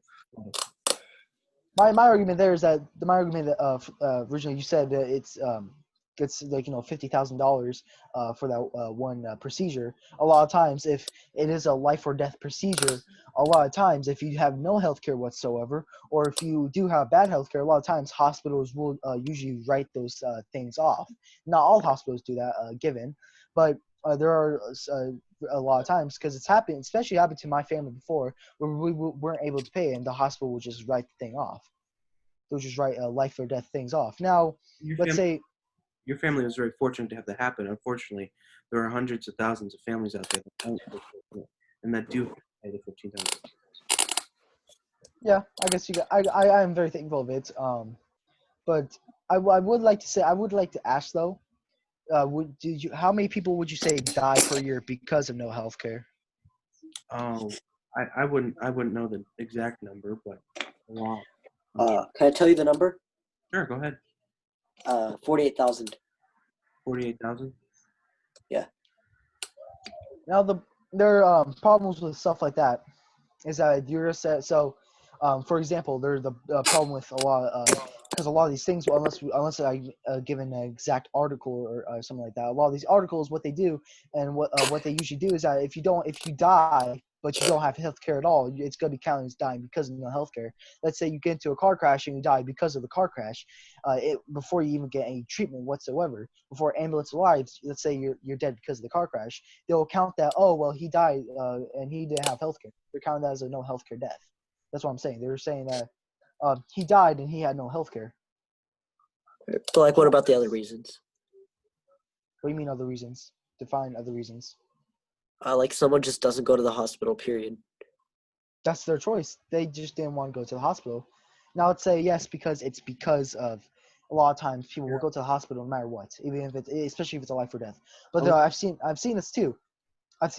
What people will do is if it's like let's say if it's like where they need stitches, they'll just stitch it up themselves. A lot of times people really can't afford it. A lot of times they'll just stitch it up themselves, which I don't really recommend. That's where we have the problem, is people don't go to the hospital because they know they can't afford it. We need to eliminate that. We need people to feel safe to be able to go to the hospital. Do you feel like there's like a fear of people going to the hospital because of prices? No, I do. not at all. Absolutely. I don't think so. I just don't agree. I think so. Be mainly because people, if it's a really a situation, even if you don't have healthcare, people are a lot of times still go to the hospital to get treatment, even if they don't have healthcare. And a lot of times they do, even if they don't have healthcare. It's just that's just that. Now there are cases where people do try to treat their own injuries. Those people are just absolutely stupid. And a lot of times it's not because they don't have health care. It's because they don't want to take time out of their day or inconvenience because they have a lot of things on their plate. For example, a lot of times I see this is with people that mainly live off their life from collecting furs to sell, like a hunter-gatherer lifestyle. Because there are people that live like that. People will often, because they can't afford to take time out of their day, they'll just treat their own wounds, and they've learned to do it. You see, there's differences between something like you get like where you need staples or stitches. Where you can stitch it up yourself. All you really gotta do is stitch it up yourself, get some antibiotics, and you'll be fine, right? But there are cases where, for example, if your appendix bursts or if you have a life-threatening situation, a lot of times you go to the hospital will just write the bill off. They'll just write it off, even if you don't have health care. Maybe charging you a little bit. It doesn't happen very often. It doesn't happen very often. It still happens. But not very often. And what happens to those people that doesn't happen to? And for those people that live like a hunter-gatherer lifestyle, whatever, the example you were making earlier, that is where I believe that it's a choice. You can decide whether you have healthcare or not, whether you want to go to the ER or not. Obviously, that's your choice. But my problem is those people that want to go but fear they can't because they know that they're going to go in debt if they do. That's where I have the problem. That's where those people need to have financial security and going to the emergency room to better themselves. You see, the biggest problem I see with that is that when you say they're going to debt, a lot of times the debt doesn't affect them fully straightly. A lot of times it doesn't really have a big impact. A lot of times, it just their money does go towards it, but it's not all their money that they gain each week keeps going towards that, and they have no money left. A lot of times it's a little bit of money here and there. That's how it is. So you're not you're in debt. The biggest thing people say with debt that you're having to pay everything as fast as possible. No, a lot of times it just pays it over time. That's the debt argument. It's an argument. You can say go in debt, but the biggest thing people think with debt, they're like their life is going to be a lot harder, which a lot of times it really isn't. A lot of times it really isn't. It just really they just like their income does go down a little bit because it goes towards that, but in the end, it's not big enough to make a major change. But for some families, it is. I mean, some people live check to check. They can barely afford to to buy new light bulbs if one of their light bulbs go out because they're so focused on buying meals. Those are the types of families that I'm worried about. Is those families? And a lot of times those families are homeless. A lot of times those families don't even have a home. Period. Right. They don't even have a stable job. Period. Right. And oftentimes, if they have a medical emergency, they call the ambulance. Payment still has to be paid. And how are those people going to get money? They're not going to know how to get money. They're going to be in debt. They're going to financially struggle. And that is not something that you should have to worry about when you're going to the hospital to get better. You shouldn't have to worry about your money. and then it really just kind of comes off to trade, where they give you something that you want, and they give you something where you want, you give them something that they want. Now a lot of now that does happen. Homeless people, it does happen, and those people are in bad situations, yes, but in the end, that's such a small margin for those extreme cases. Now, does it happen? Yes. Should we try to fix it as best as possible? Yes. But I really, in my opinion, I don't think that free healthcare for all, because it produces its problems, because there's going to be greed. There's going to be greed between corporations. It's going to end up making people's life even more of an unbearable wage. A lot of times, it's just how it's going to work. Unless you make a law of Bernie's plan, I believe it's that the minimum wage per hour is like $15, which does bring up its own said that I've seen, like it's gonna bring up with corporations not wanting to comply. Corporations also will most likely could be losing money from it. Now, if you do something like that, these big corporations are gonna start losing money left and right. And I get that it's for the betterment of the people, but in the end, those people are working those jobs that they need the money for. And if those corporations start going down, their jobs are going to go down. Their money is good. Their life is just going to go down. Now, the healthcare system very much could be built upon better. I definitely think it should. We should always keep trying to improve. But I just don't think that free healthcare for all is really the way.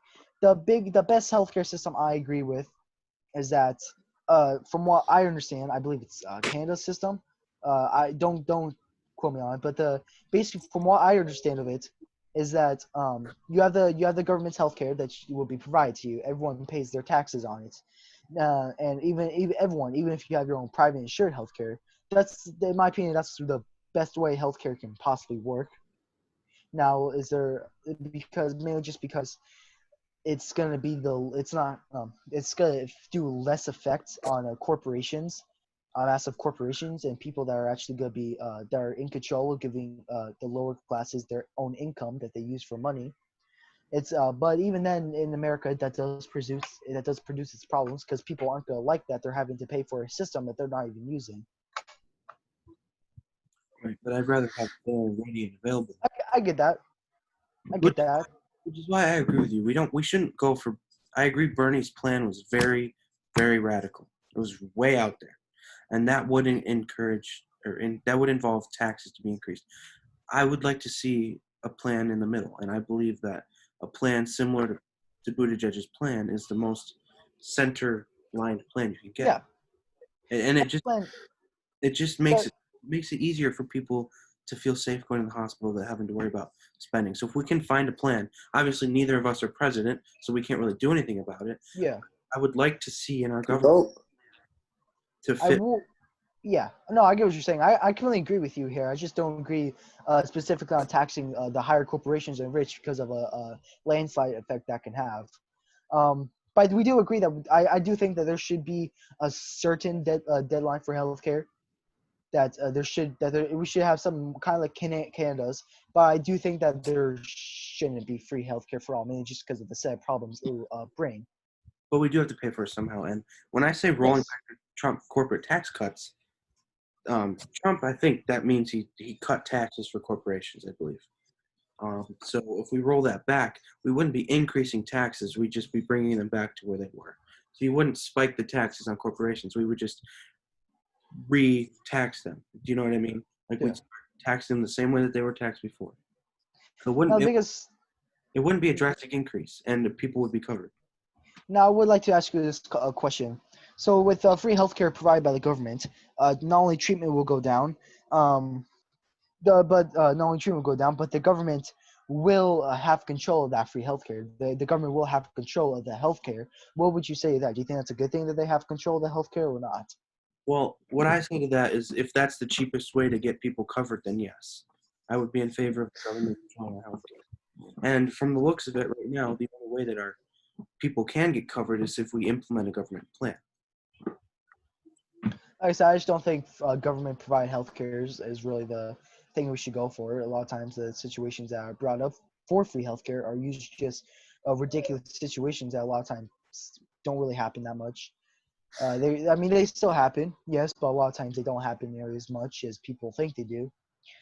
It's kind of like thing with shootings, school shootings. Terrible thing that happens, big effect. but again, it doesn't happen that much. So that's where I think we really disagree. Right. But we can all agree that we'd like to find a cheaper way for people. Oh yeah, of course, of course. It can always be built upon. That's just what I have a problem with, is people not going and dying because they can't get coverage. Yeah. If we can find a plan, if somebody someday, some president decides to bring up a plan that does that, maybe more people will start looking at it. But Yeah.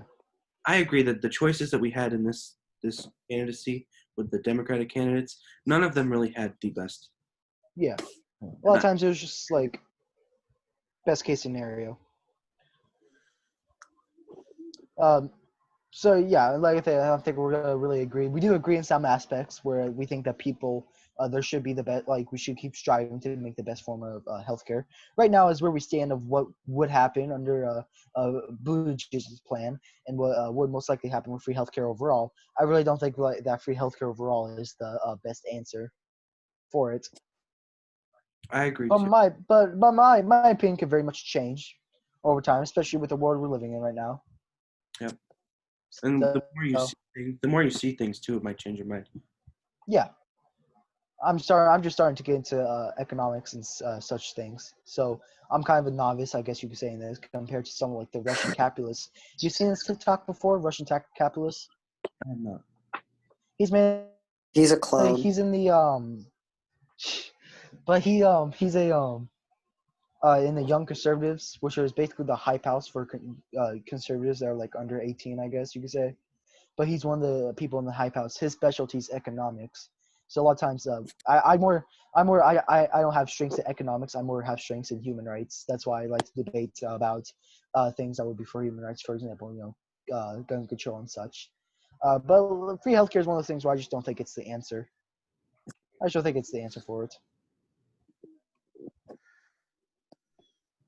Want to get into Biden versus Trump?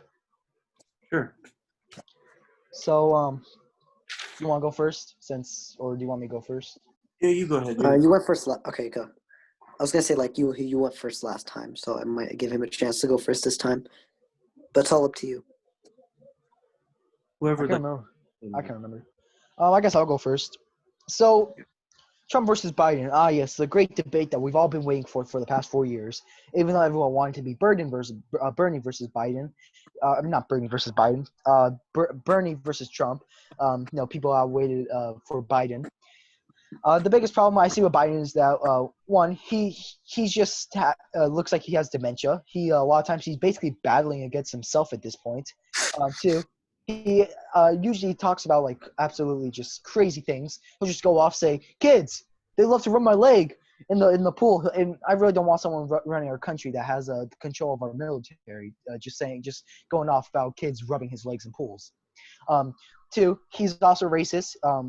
Back when he was younger, before he got all cuckoo in the head, like everyone's saying he is, he voted for segregation of schools. And then the last one is that he's just absolutely batshit insane. That's just how it is. Oh And wait, he what are some really, things that he's done that's insane? well, during a lot of his speeches, he'll just start going off. He'll start either if someone tries to yell at him or whatever, he'll start confronting them about it and yelling at them. Really isn't that professional. Two, he also gets off topics lots of times during his rallies. Just started talking about kids jumping on his laps and rubbing his legs. Three, he's racist. He's saying if you ain't black, if you don't vote for me, then you're not black, which is basically just absolutely a little bit of racism there. And four, back another racist thing back in when he was younger, before everyone thinks he got dementia, he voted for the segregation of schools. I really don't want someone like him running our country. I will say Trump does have some crap on him. For example, grab her by the pussy.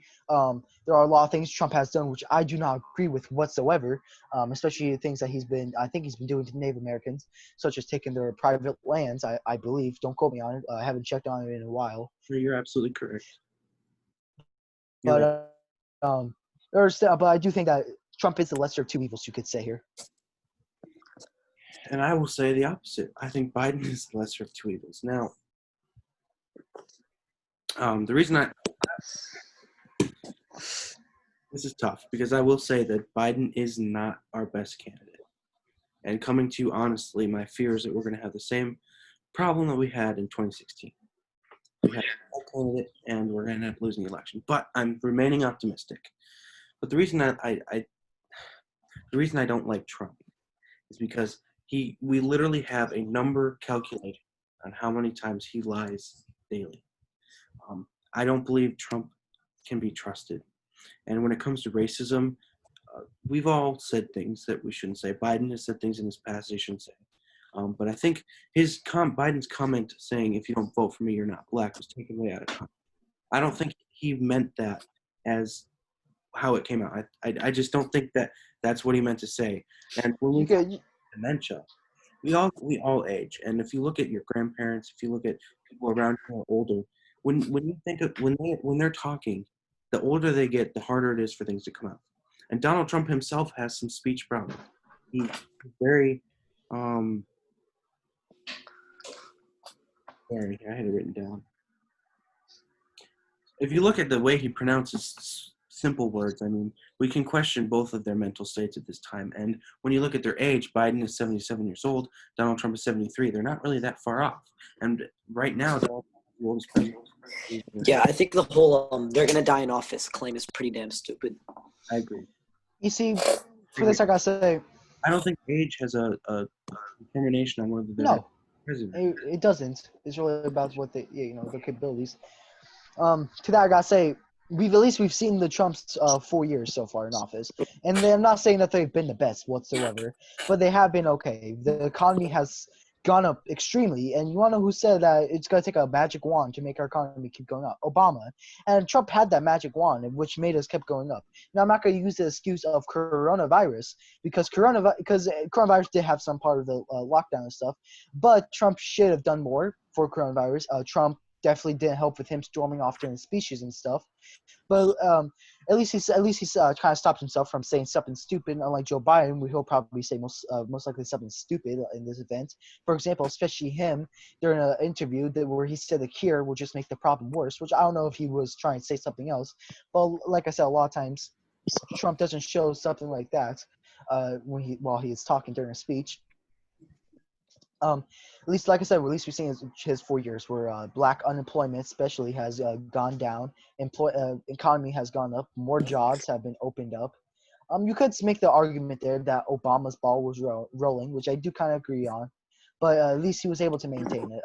Most likely Joe Biden would just not maintain it as well. I see also Joe Biden as a puppet in a way for the Democrats, where he'll just kind of approve anything democratically, which from what I know, Democrats want democratic socialism. And he's just, if something ever comes up for the Democrats to do that, Biden's going to, oh yeah, sure, let's just do that. Actually, Biden is against democratic socialism, actually. Chances are, though, he's probably going to vote for it. I don't know. I don't think so. That's why We'll see. We can see, though. Well, Again, it's assumptions. We'll just have to wait, because all that wasn't. Both of what we both said were assumptions. Yeah. Biden, a lot of times I will say Biden does try to play the race card. Again, if you're not black, if you don't vote for me, then you're not black. He does play the race card at times. And I really don't understand his mood shift of him wanting segregation of schools, but then him being all for the black people as soon as he goes towards running for Democratic nominee. So he's a little bit inconsistent there. We'll say. Well, a little bit inconsistent. I don't know if he changed it for specifically the nomination run. I think he changed it over time because time changed. Look, back then, a lot of white people thought morally deep inside that segregation was the answer. I mean, that we can't deny that. So obviously, it seems reasonable for him to believe that way. But the fact that he's changed now, that the world has changed, and he now admits that he was wrong, that shows a lot of integrity on my part. And Trump, he's so worried about himself. I agree with that. Like I've told you before, I am mainly a centralist. I don't really like to lean Republican or Democrat because I think that both the parties are just absolutely fucking stupid at sometimes. I especially hate radical Republicans that say Trump can do no wrong. Absolutely hate that. Yeah, Especially Lance videos. Lance videos annoying as hell. But Yeah, he's like I said. gotta say Also, though, our founding fathers never even wanted one in the first place. Right, George Washington, our first president, didn't identify a party. yeah. Like everyone wanted George Washington president at the time, so there really was no standard at that time. It was really loosely, but like I said, Trump. I feel like Trump is the lesser of two evils, mainly because we've seen the 4 years he's done. I don't feel like really much of what he's done is racist. I feel like he's more of an economic person. He's really helped out economically, open jobs and such. I think the only good thing he's done is the economy. But when we talk about unemployment, I do want to say unemployment going into Obama's presidency after Bush was at 10%, 10% unemployment. Obama brought it from 10% to 5%. Donald Trump did bring it to the lowest number, which is 4%, 4 point something percent. Well, I'll admit that it is the lowest it has ever been with Donald Trump. But we have to look at the difference. Obama brought it from 10 to 5, and Trump brought it from 5 to 4. So on that aspect of the economy, I'm not going to praise him for that. But I will agree that when it comes to the rest of it, he did do pretty well in the economy. The problem with that there is that the lower you go, it's gonna be so much harder to keep that going down. Like you talk about a jump from 5% to 10%, that's half. That's a half jump, 5% down. If Trump wanted to get 5% down, he'll have to go to 0%, which is impossible. Impossible. The fact that he was even able to keep that going down, which is absolutely amazing. Now, he has been. Now, I don't know if you want to bring this up later or not, about Trump's racism. For example, like secure borders around, for so illegal immigrants can't come in to the state illegally. There has been signs that, especially around the economy, people are more willing to hire people that are willing to work for below even minimum wage because when you're a legal immigrant, you come here, you're looking for a better life overall from a corrupt government. Now, the problem with that is that they're not coming here legally. They're coming here illegally, hopping the border because I get that they don't have the money to come here illegally, but biggest thing I would say, they don't know, they really not as hard to as the Constitution as Americans are. They're just looking for a better life, and they're willing to work for these stupidly amount low prices. So in a sense, that kind of does lower for jobs for people to get. So I don't know if you're gonna bring up the border, anything like the border, or even separation at the border. Well, I wasn't Braden, talk about it. what are some racist things that you said? I think you claimed that he was racist, so would like to hear that. I'd like to hear that. I don't. Did you ever claim that Trump was racist? Yeah, he said stuff with his Trump racism, something along those Okay, lines. because I can't remember. I'm just asking you, are Yeah. there some specific stuff that he's done that's racist? I do believe that there is a little bit of racism in Donald Trump, but I think it's mainly that mainly that racists follow Donald Trump rather than Donald Trump being racist himself. I mean, Yeah. people from the KKK, people from organizations that discriminate against Native Americans, most people that discriminate against minorities follow Donald Trump. Not necessarily Republicans, but Donald Trump. That's my opinion. And he does discriminate against immigrants. He is very harsh on immigration. I believe that crossing the border illegally should still be illegal. We can set that in stone right now. My problem is the path to citizenship in this country is so hard, and we need to make. That's because we don't want just anyone coming here. We don't want someone like a Russian coming here and just, oh yeah, hey, you want to come here? Oh, okay, come in. Our citizenship needs to be a tough and rigorous process for someone to get in, because we can't just let anyone in. We have to make sure that they're hopefully going to follow the laws, that they're not going to start doing stupid stuff. Because if we just allow anyone come in all loosey-goosey. Right now, it's virtually impossible. Not saying it is impossible, but it is hard. I think. Well, because of coronavirus. Well, right now it's very hard. I agree. Coronavirus. It's been hard for a while. The thing is that it's been hard for a while. It's virtually impossible for a poor person to come here and become a citizen, which are people that mainly want to come here. I get that it's bad that they're poor and stuff, but in the end, you gotta look at the bigger picture of the United States' well-being. Right. This country was founded on immigration, and I get legal immigration. I get that, but immigration nonetheless. Anybody who wants to come into this country should be able to come into this country. I don't think that they should just walk in. but I do believe that we need to make it easier for them. Look how easy it was in the beginning of the establishment of our country. It was so easy, but it's gradually gotten harder and harder and harder, and that has been because of presidents that are against it. Now, Yeah, go ahead.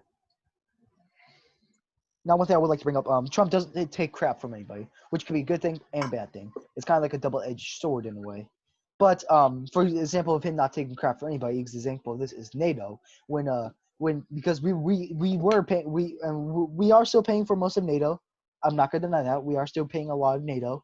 But ever since he threatened to remove the United States from NATO, because though we're really the biggest reason that we're protecting those other countries there from anyone really just going in there and fighting there again, right? It's because of us. Now when Trump threatened to pull out of NATO because we're spending so much money in it, that's when places like France and the UK decided, you know what, we kind of need the United States on our side, so they started upping up the programs. Trump doesn't take crap from people. He made the UK and France move up their development of their militaries for NATO.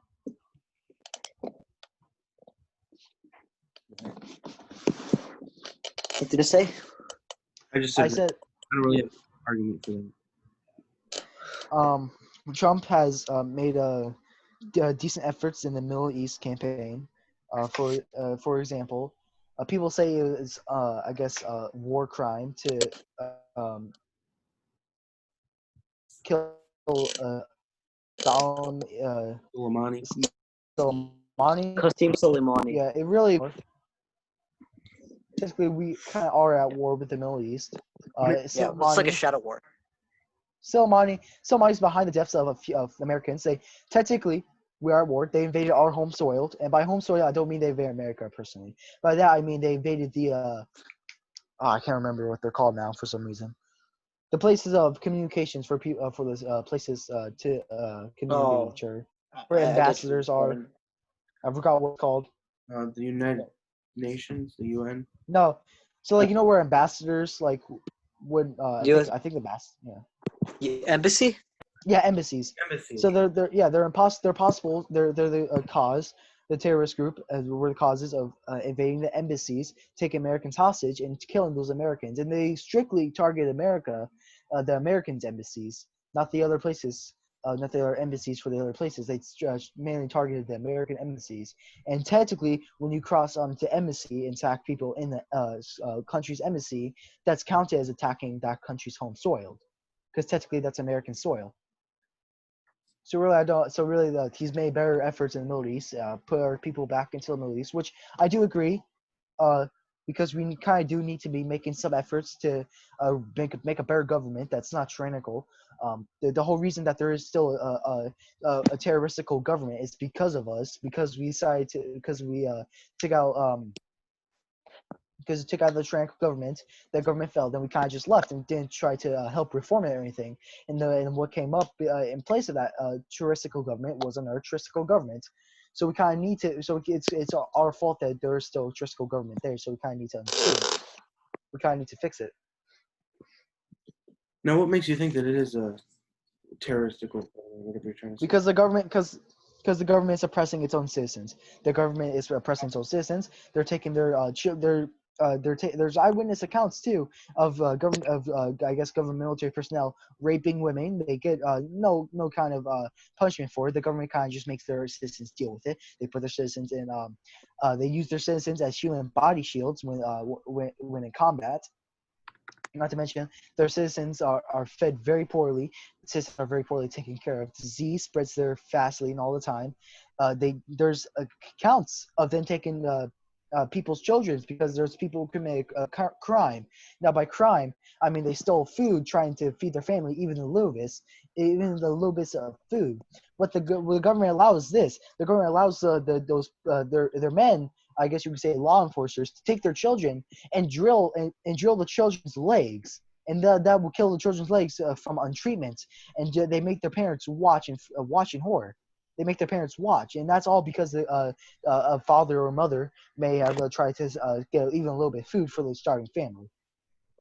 Wait, so what would you define as terrorism? it's terroristical government either way. I guess you could say domestic terrorism. I call it terroristical government for short. I'm just typing something.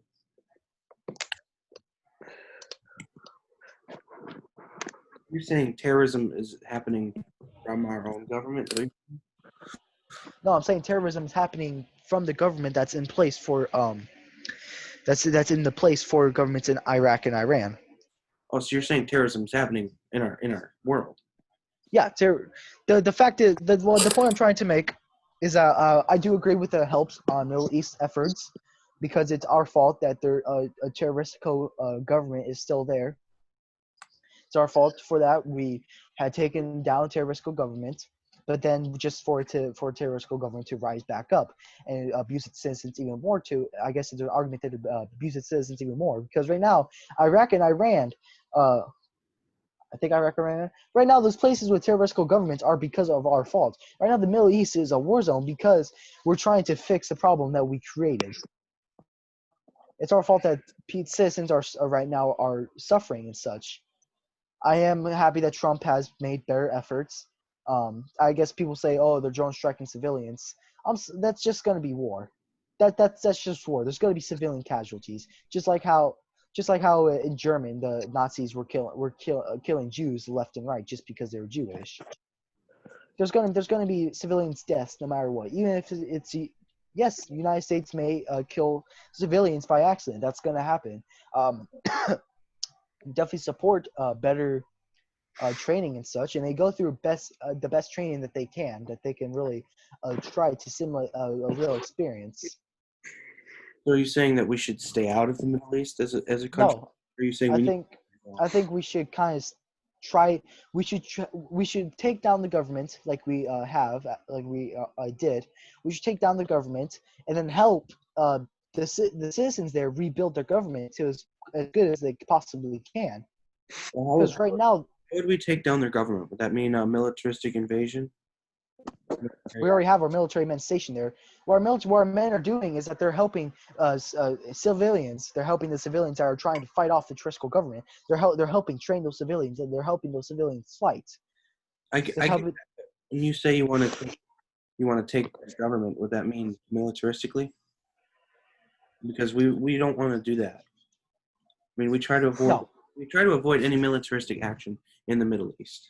No, I think because at this point, it's one of those topics where it's really hard to really comprehend. Really, there's if you talk about we should take over the government, I guess you could say diplomatically, that's just not going to work because their government's set up to the point where the citizens are oppressed and no citizen can really get into the government or become a higher class. It's not like America where you can start off from dirt poor, having nothing, to being able to advance in the government into becoming possibly even into the government. Well, I think we definitely both agree that we need to ease tensions out there, but doing it diplomatically is the action that I believe that we should take because diplomatically is a way of not risking American lives and it's a way of not risking Iranian or Iraqi. It eases tensions. However, giving up on it, the state that you say that it's not going to happen, that's kind of a way of just giving up on doing it diplomatically. I don't think that we should give up. I think we need to have it. I think we need to approach it different. I don't think Donald Trump is approaching it correctly. And bombing Soleimani, nobody. What the hell? Nobody should be sad over his death. I mean, he was an evil guy, but I don't think there was enough of an imminent threat for Donald Trump to act so carelessly to kill him. And I think he should have at least sought congressional approval. But what I'm saying is, we need to ease The tension. president. We need to ease Go tension. ahead. We agree on that, but we Yeah, need to do it more diplomatically.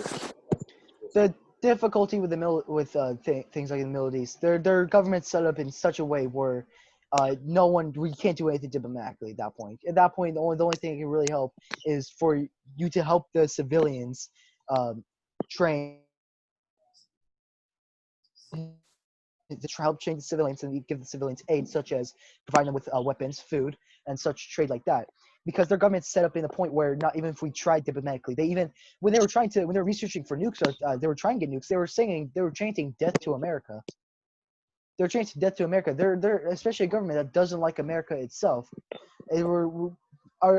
I guess diplomatically could work if they would allow it. Their government's set up in a way where I it's think not very diplomatic. sending troops in there, whether they're trying to train civilians or not, is going to be looked at differently from a country that hates America so much.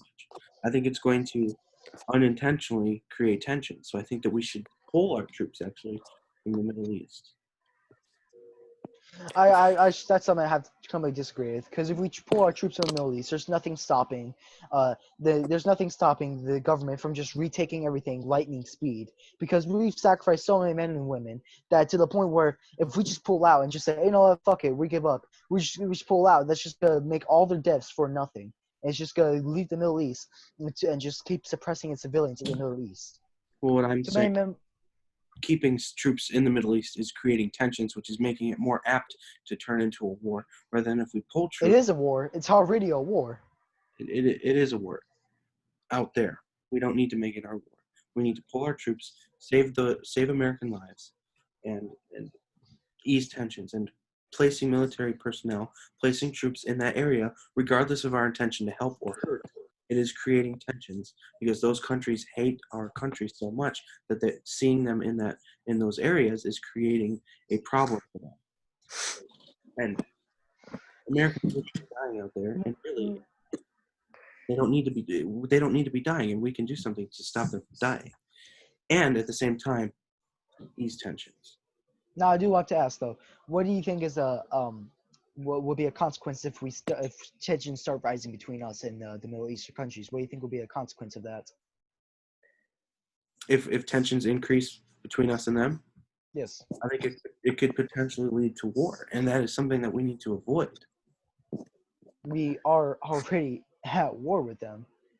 We're already the only thing left we can really do if we truly want to, we could just send all our troops there and just easily take over the place. But we don't roll like that. We're trying to make it so that the civilians can sustain their own government and own military in a way. We're trying to train civilians for the future. Now, I think we should just go into lightning speed with all our soldiers? No, we shouldn't, because in the way other places might see that as a act of some kind. But really, we should keep soldiers there in the Middle East, trying to at least help the civilians. Because if we just pull out all of our soldiers, like I said, they're just going the terrestrial government's just going to retake everything. If you look at the places now where we have taken over, I can't remember it's Iran or Iraq.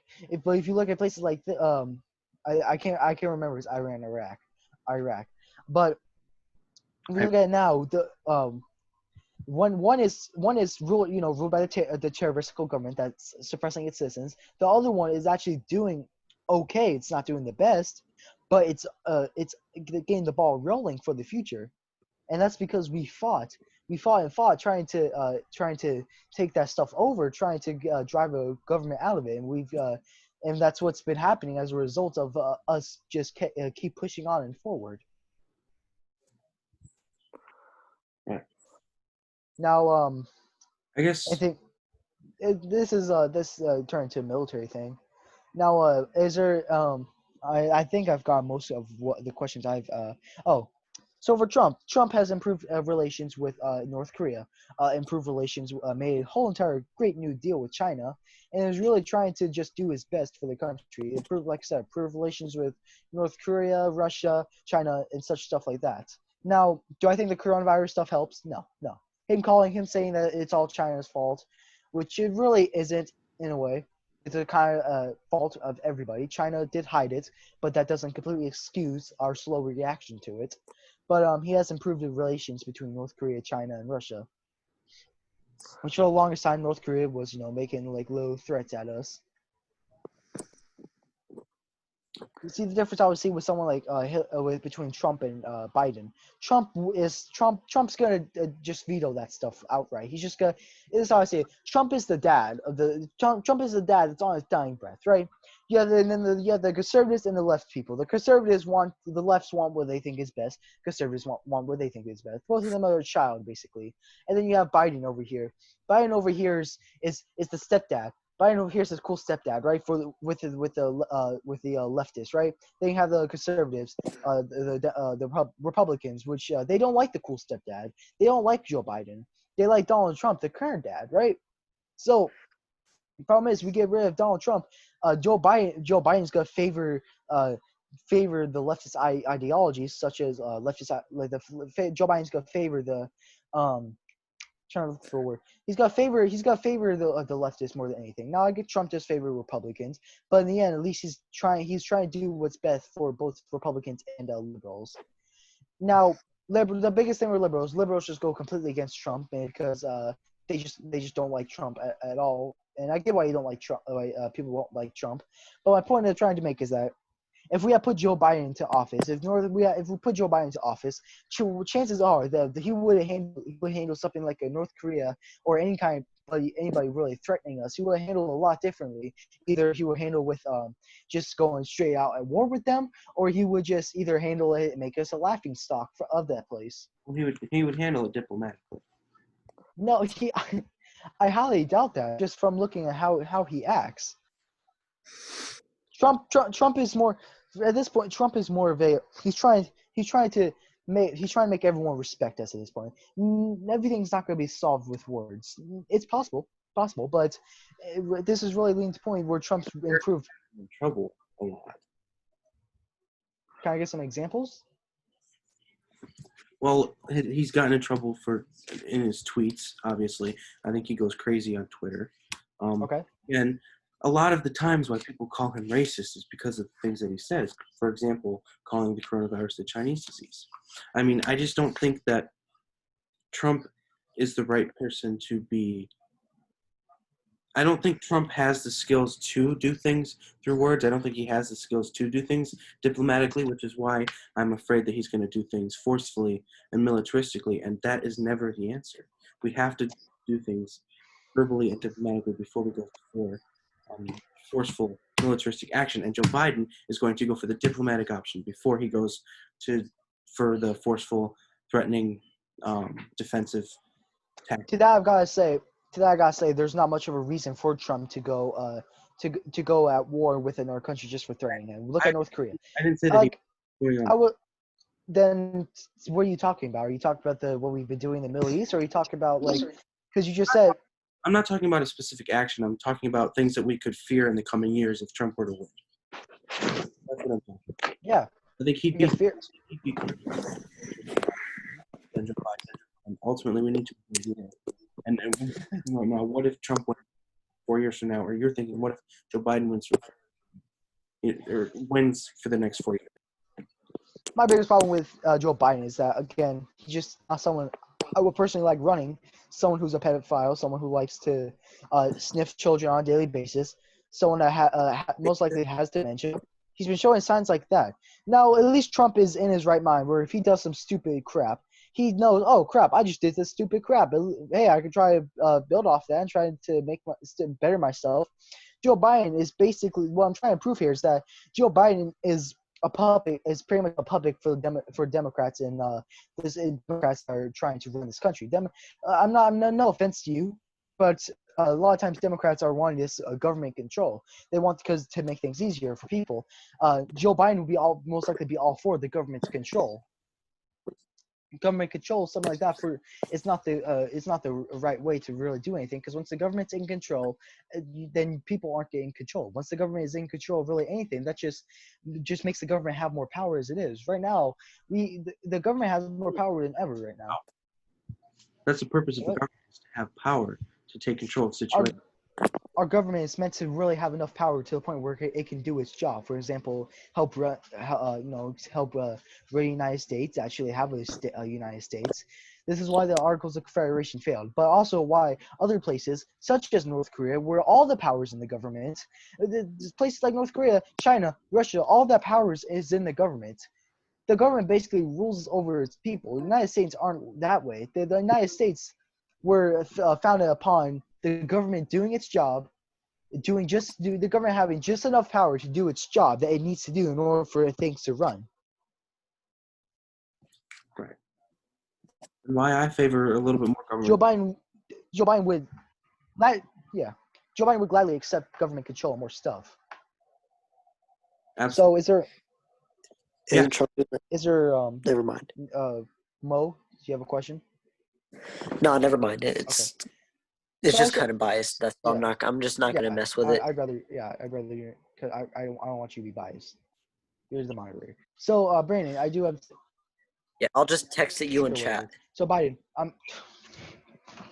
Brandon, do you have any questions for me for why I support Trump?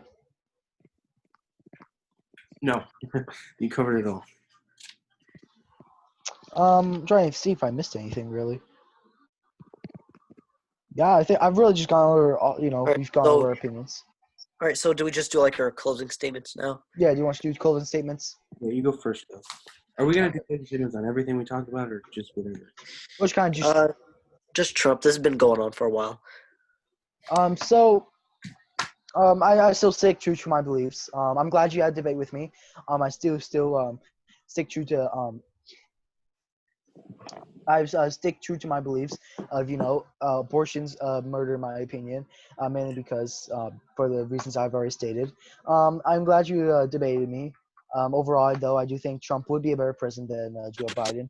I do not like free healthcare. Biggest reason why, because it gives government control.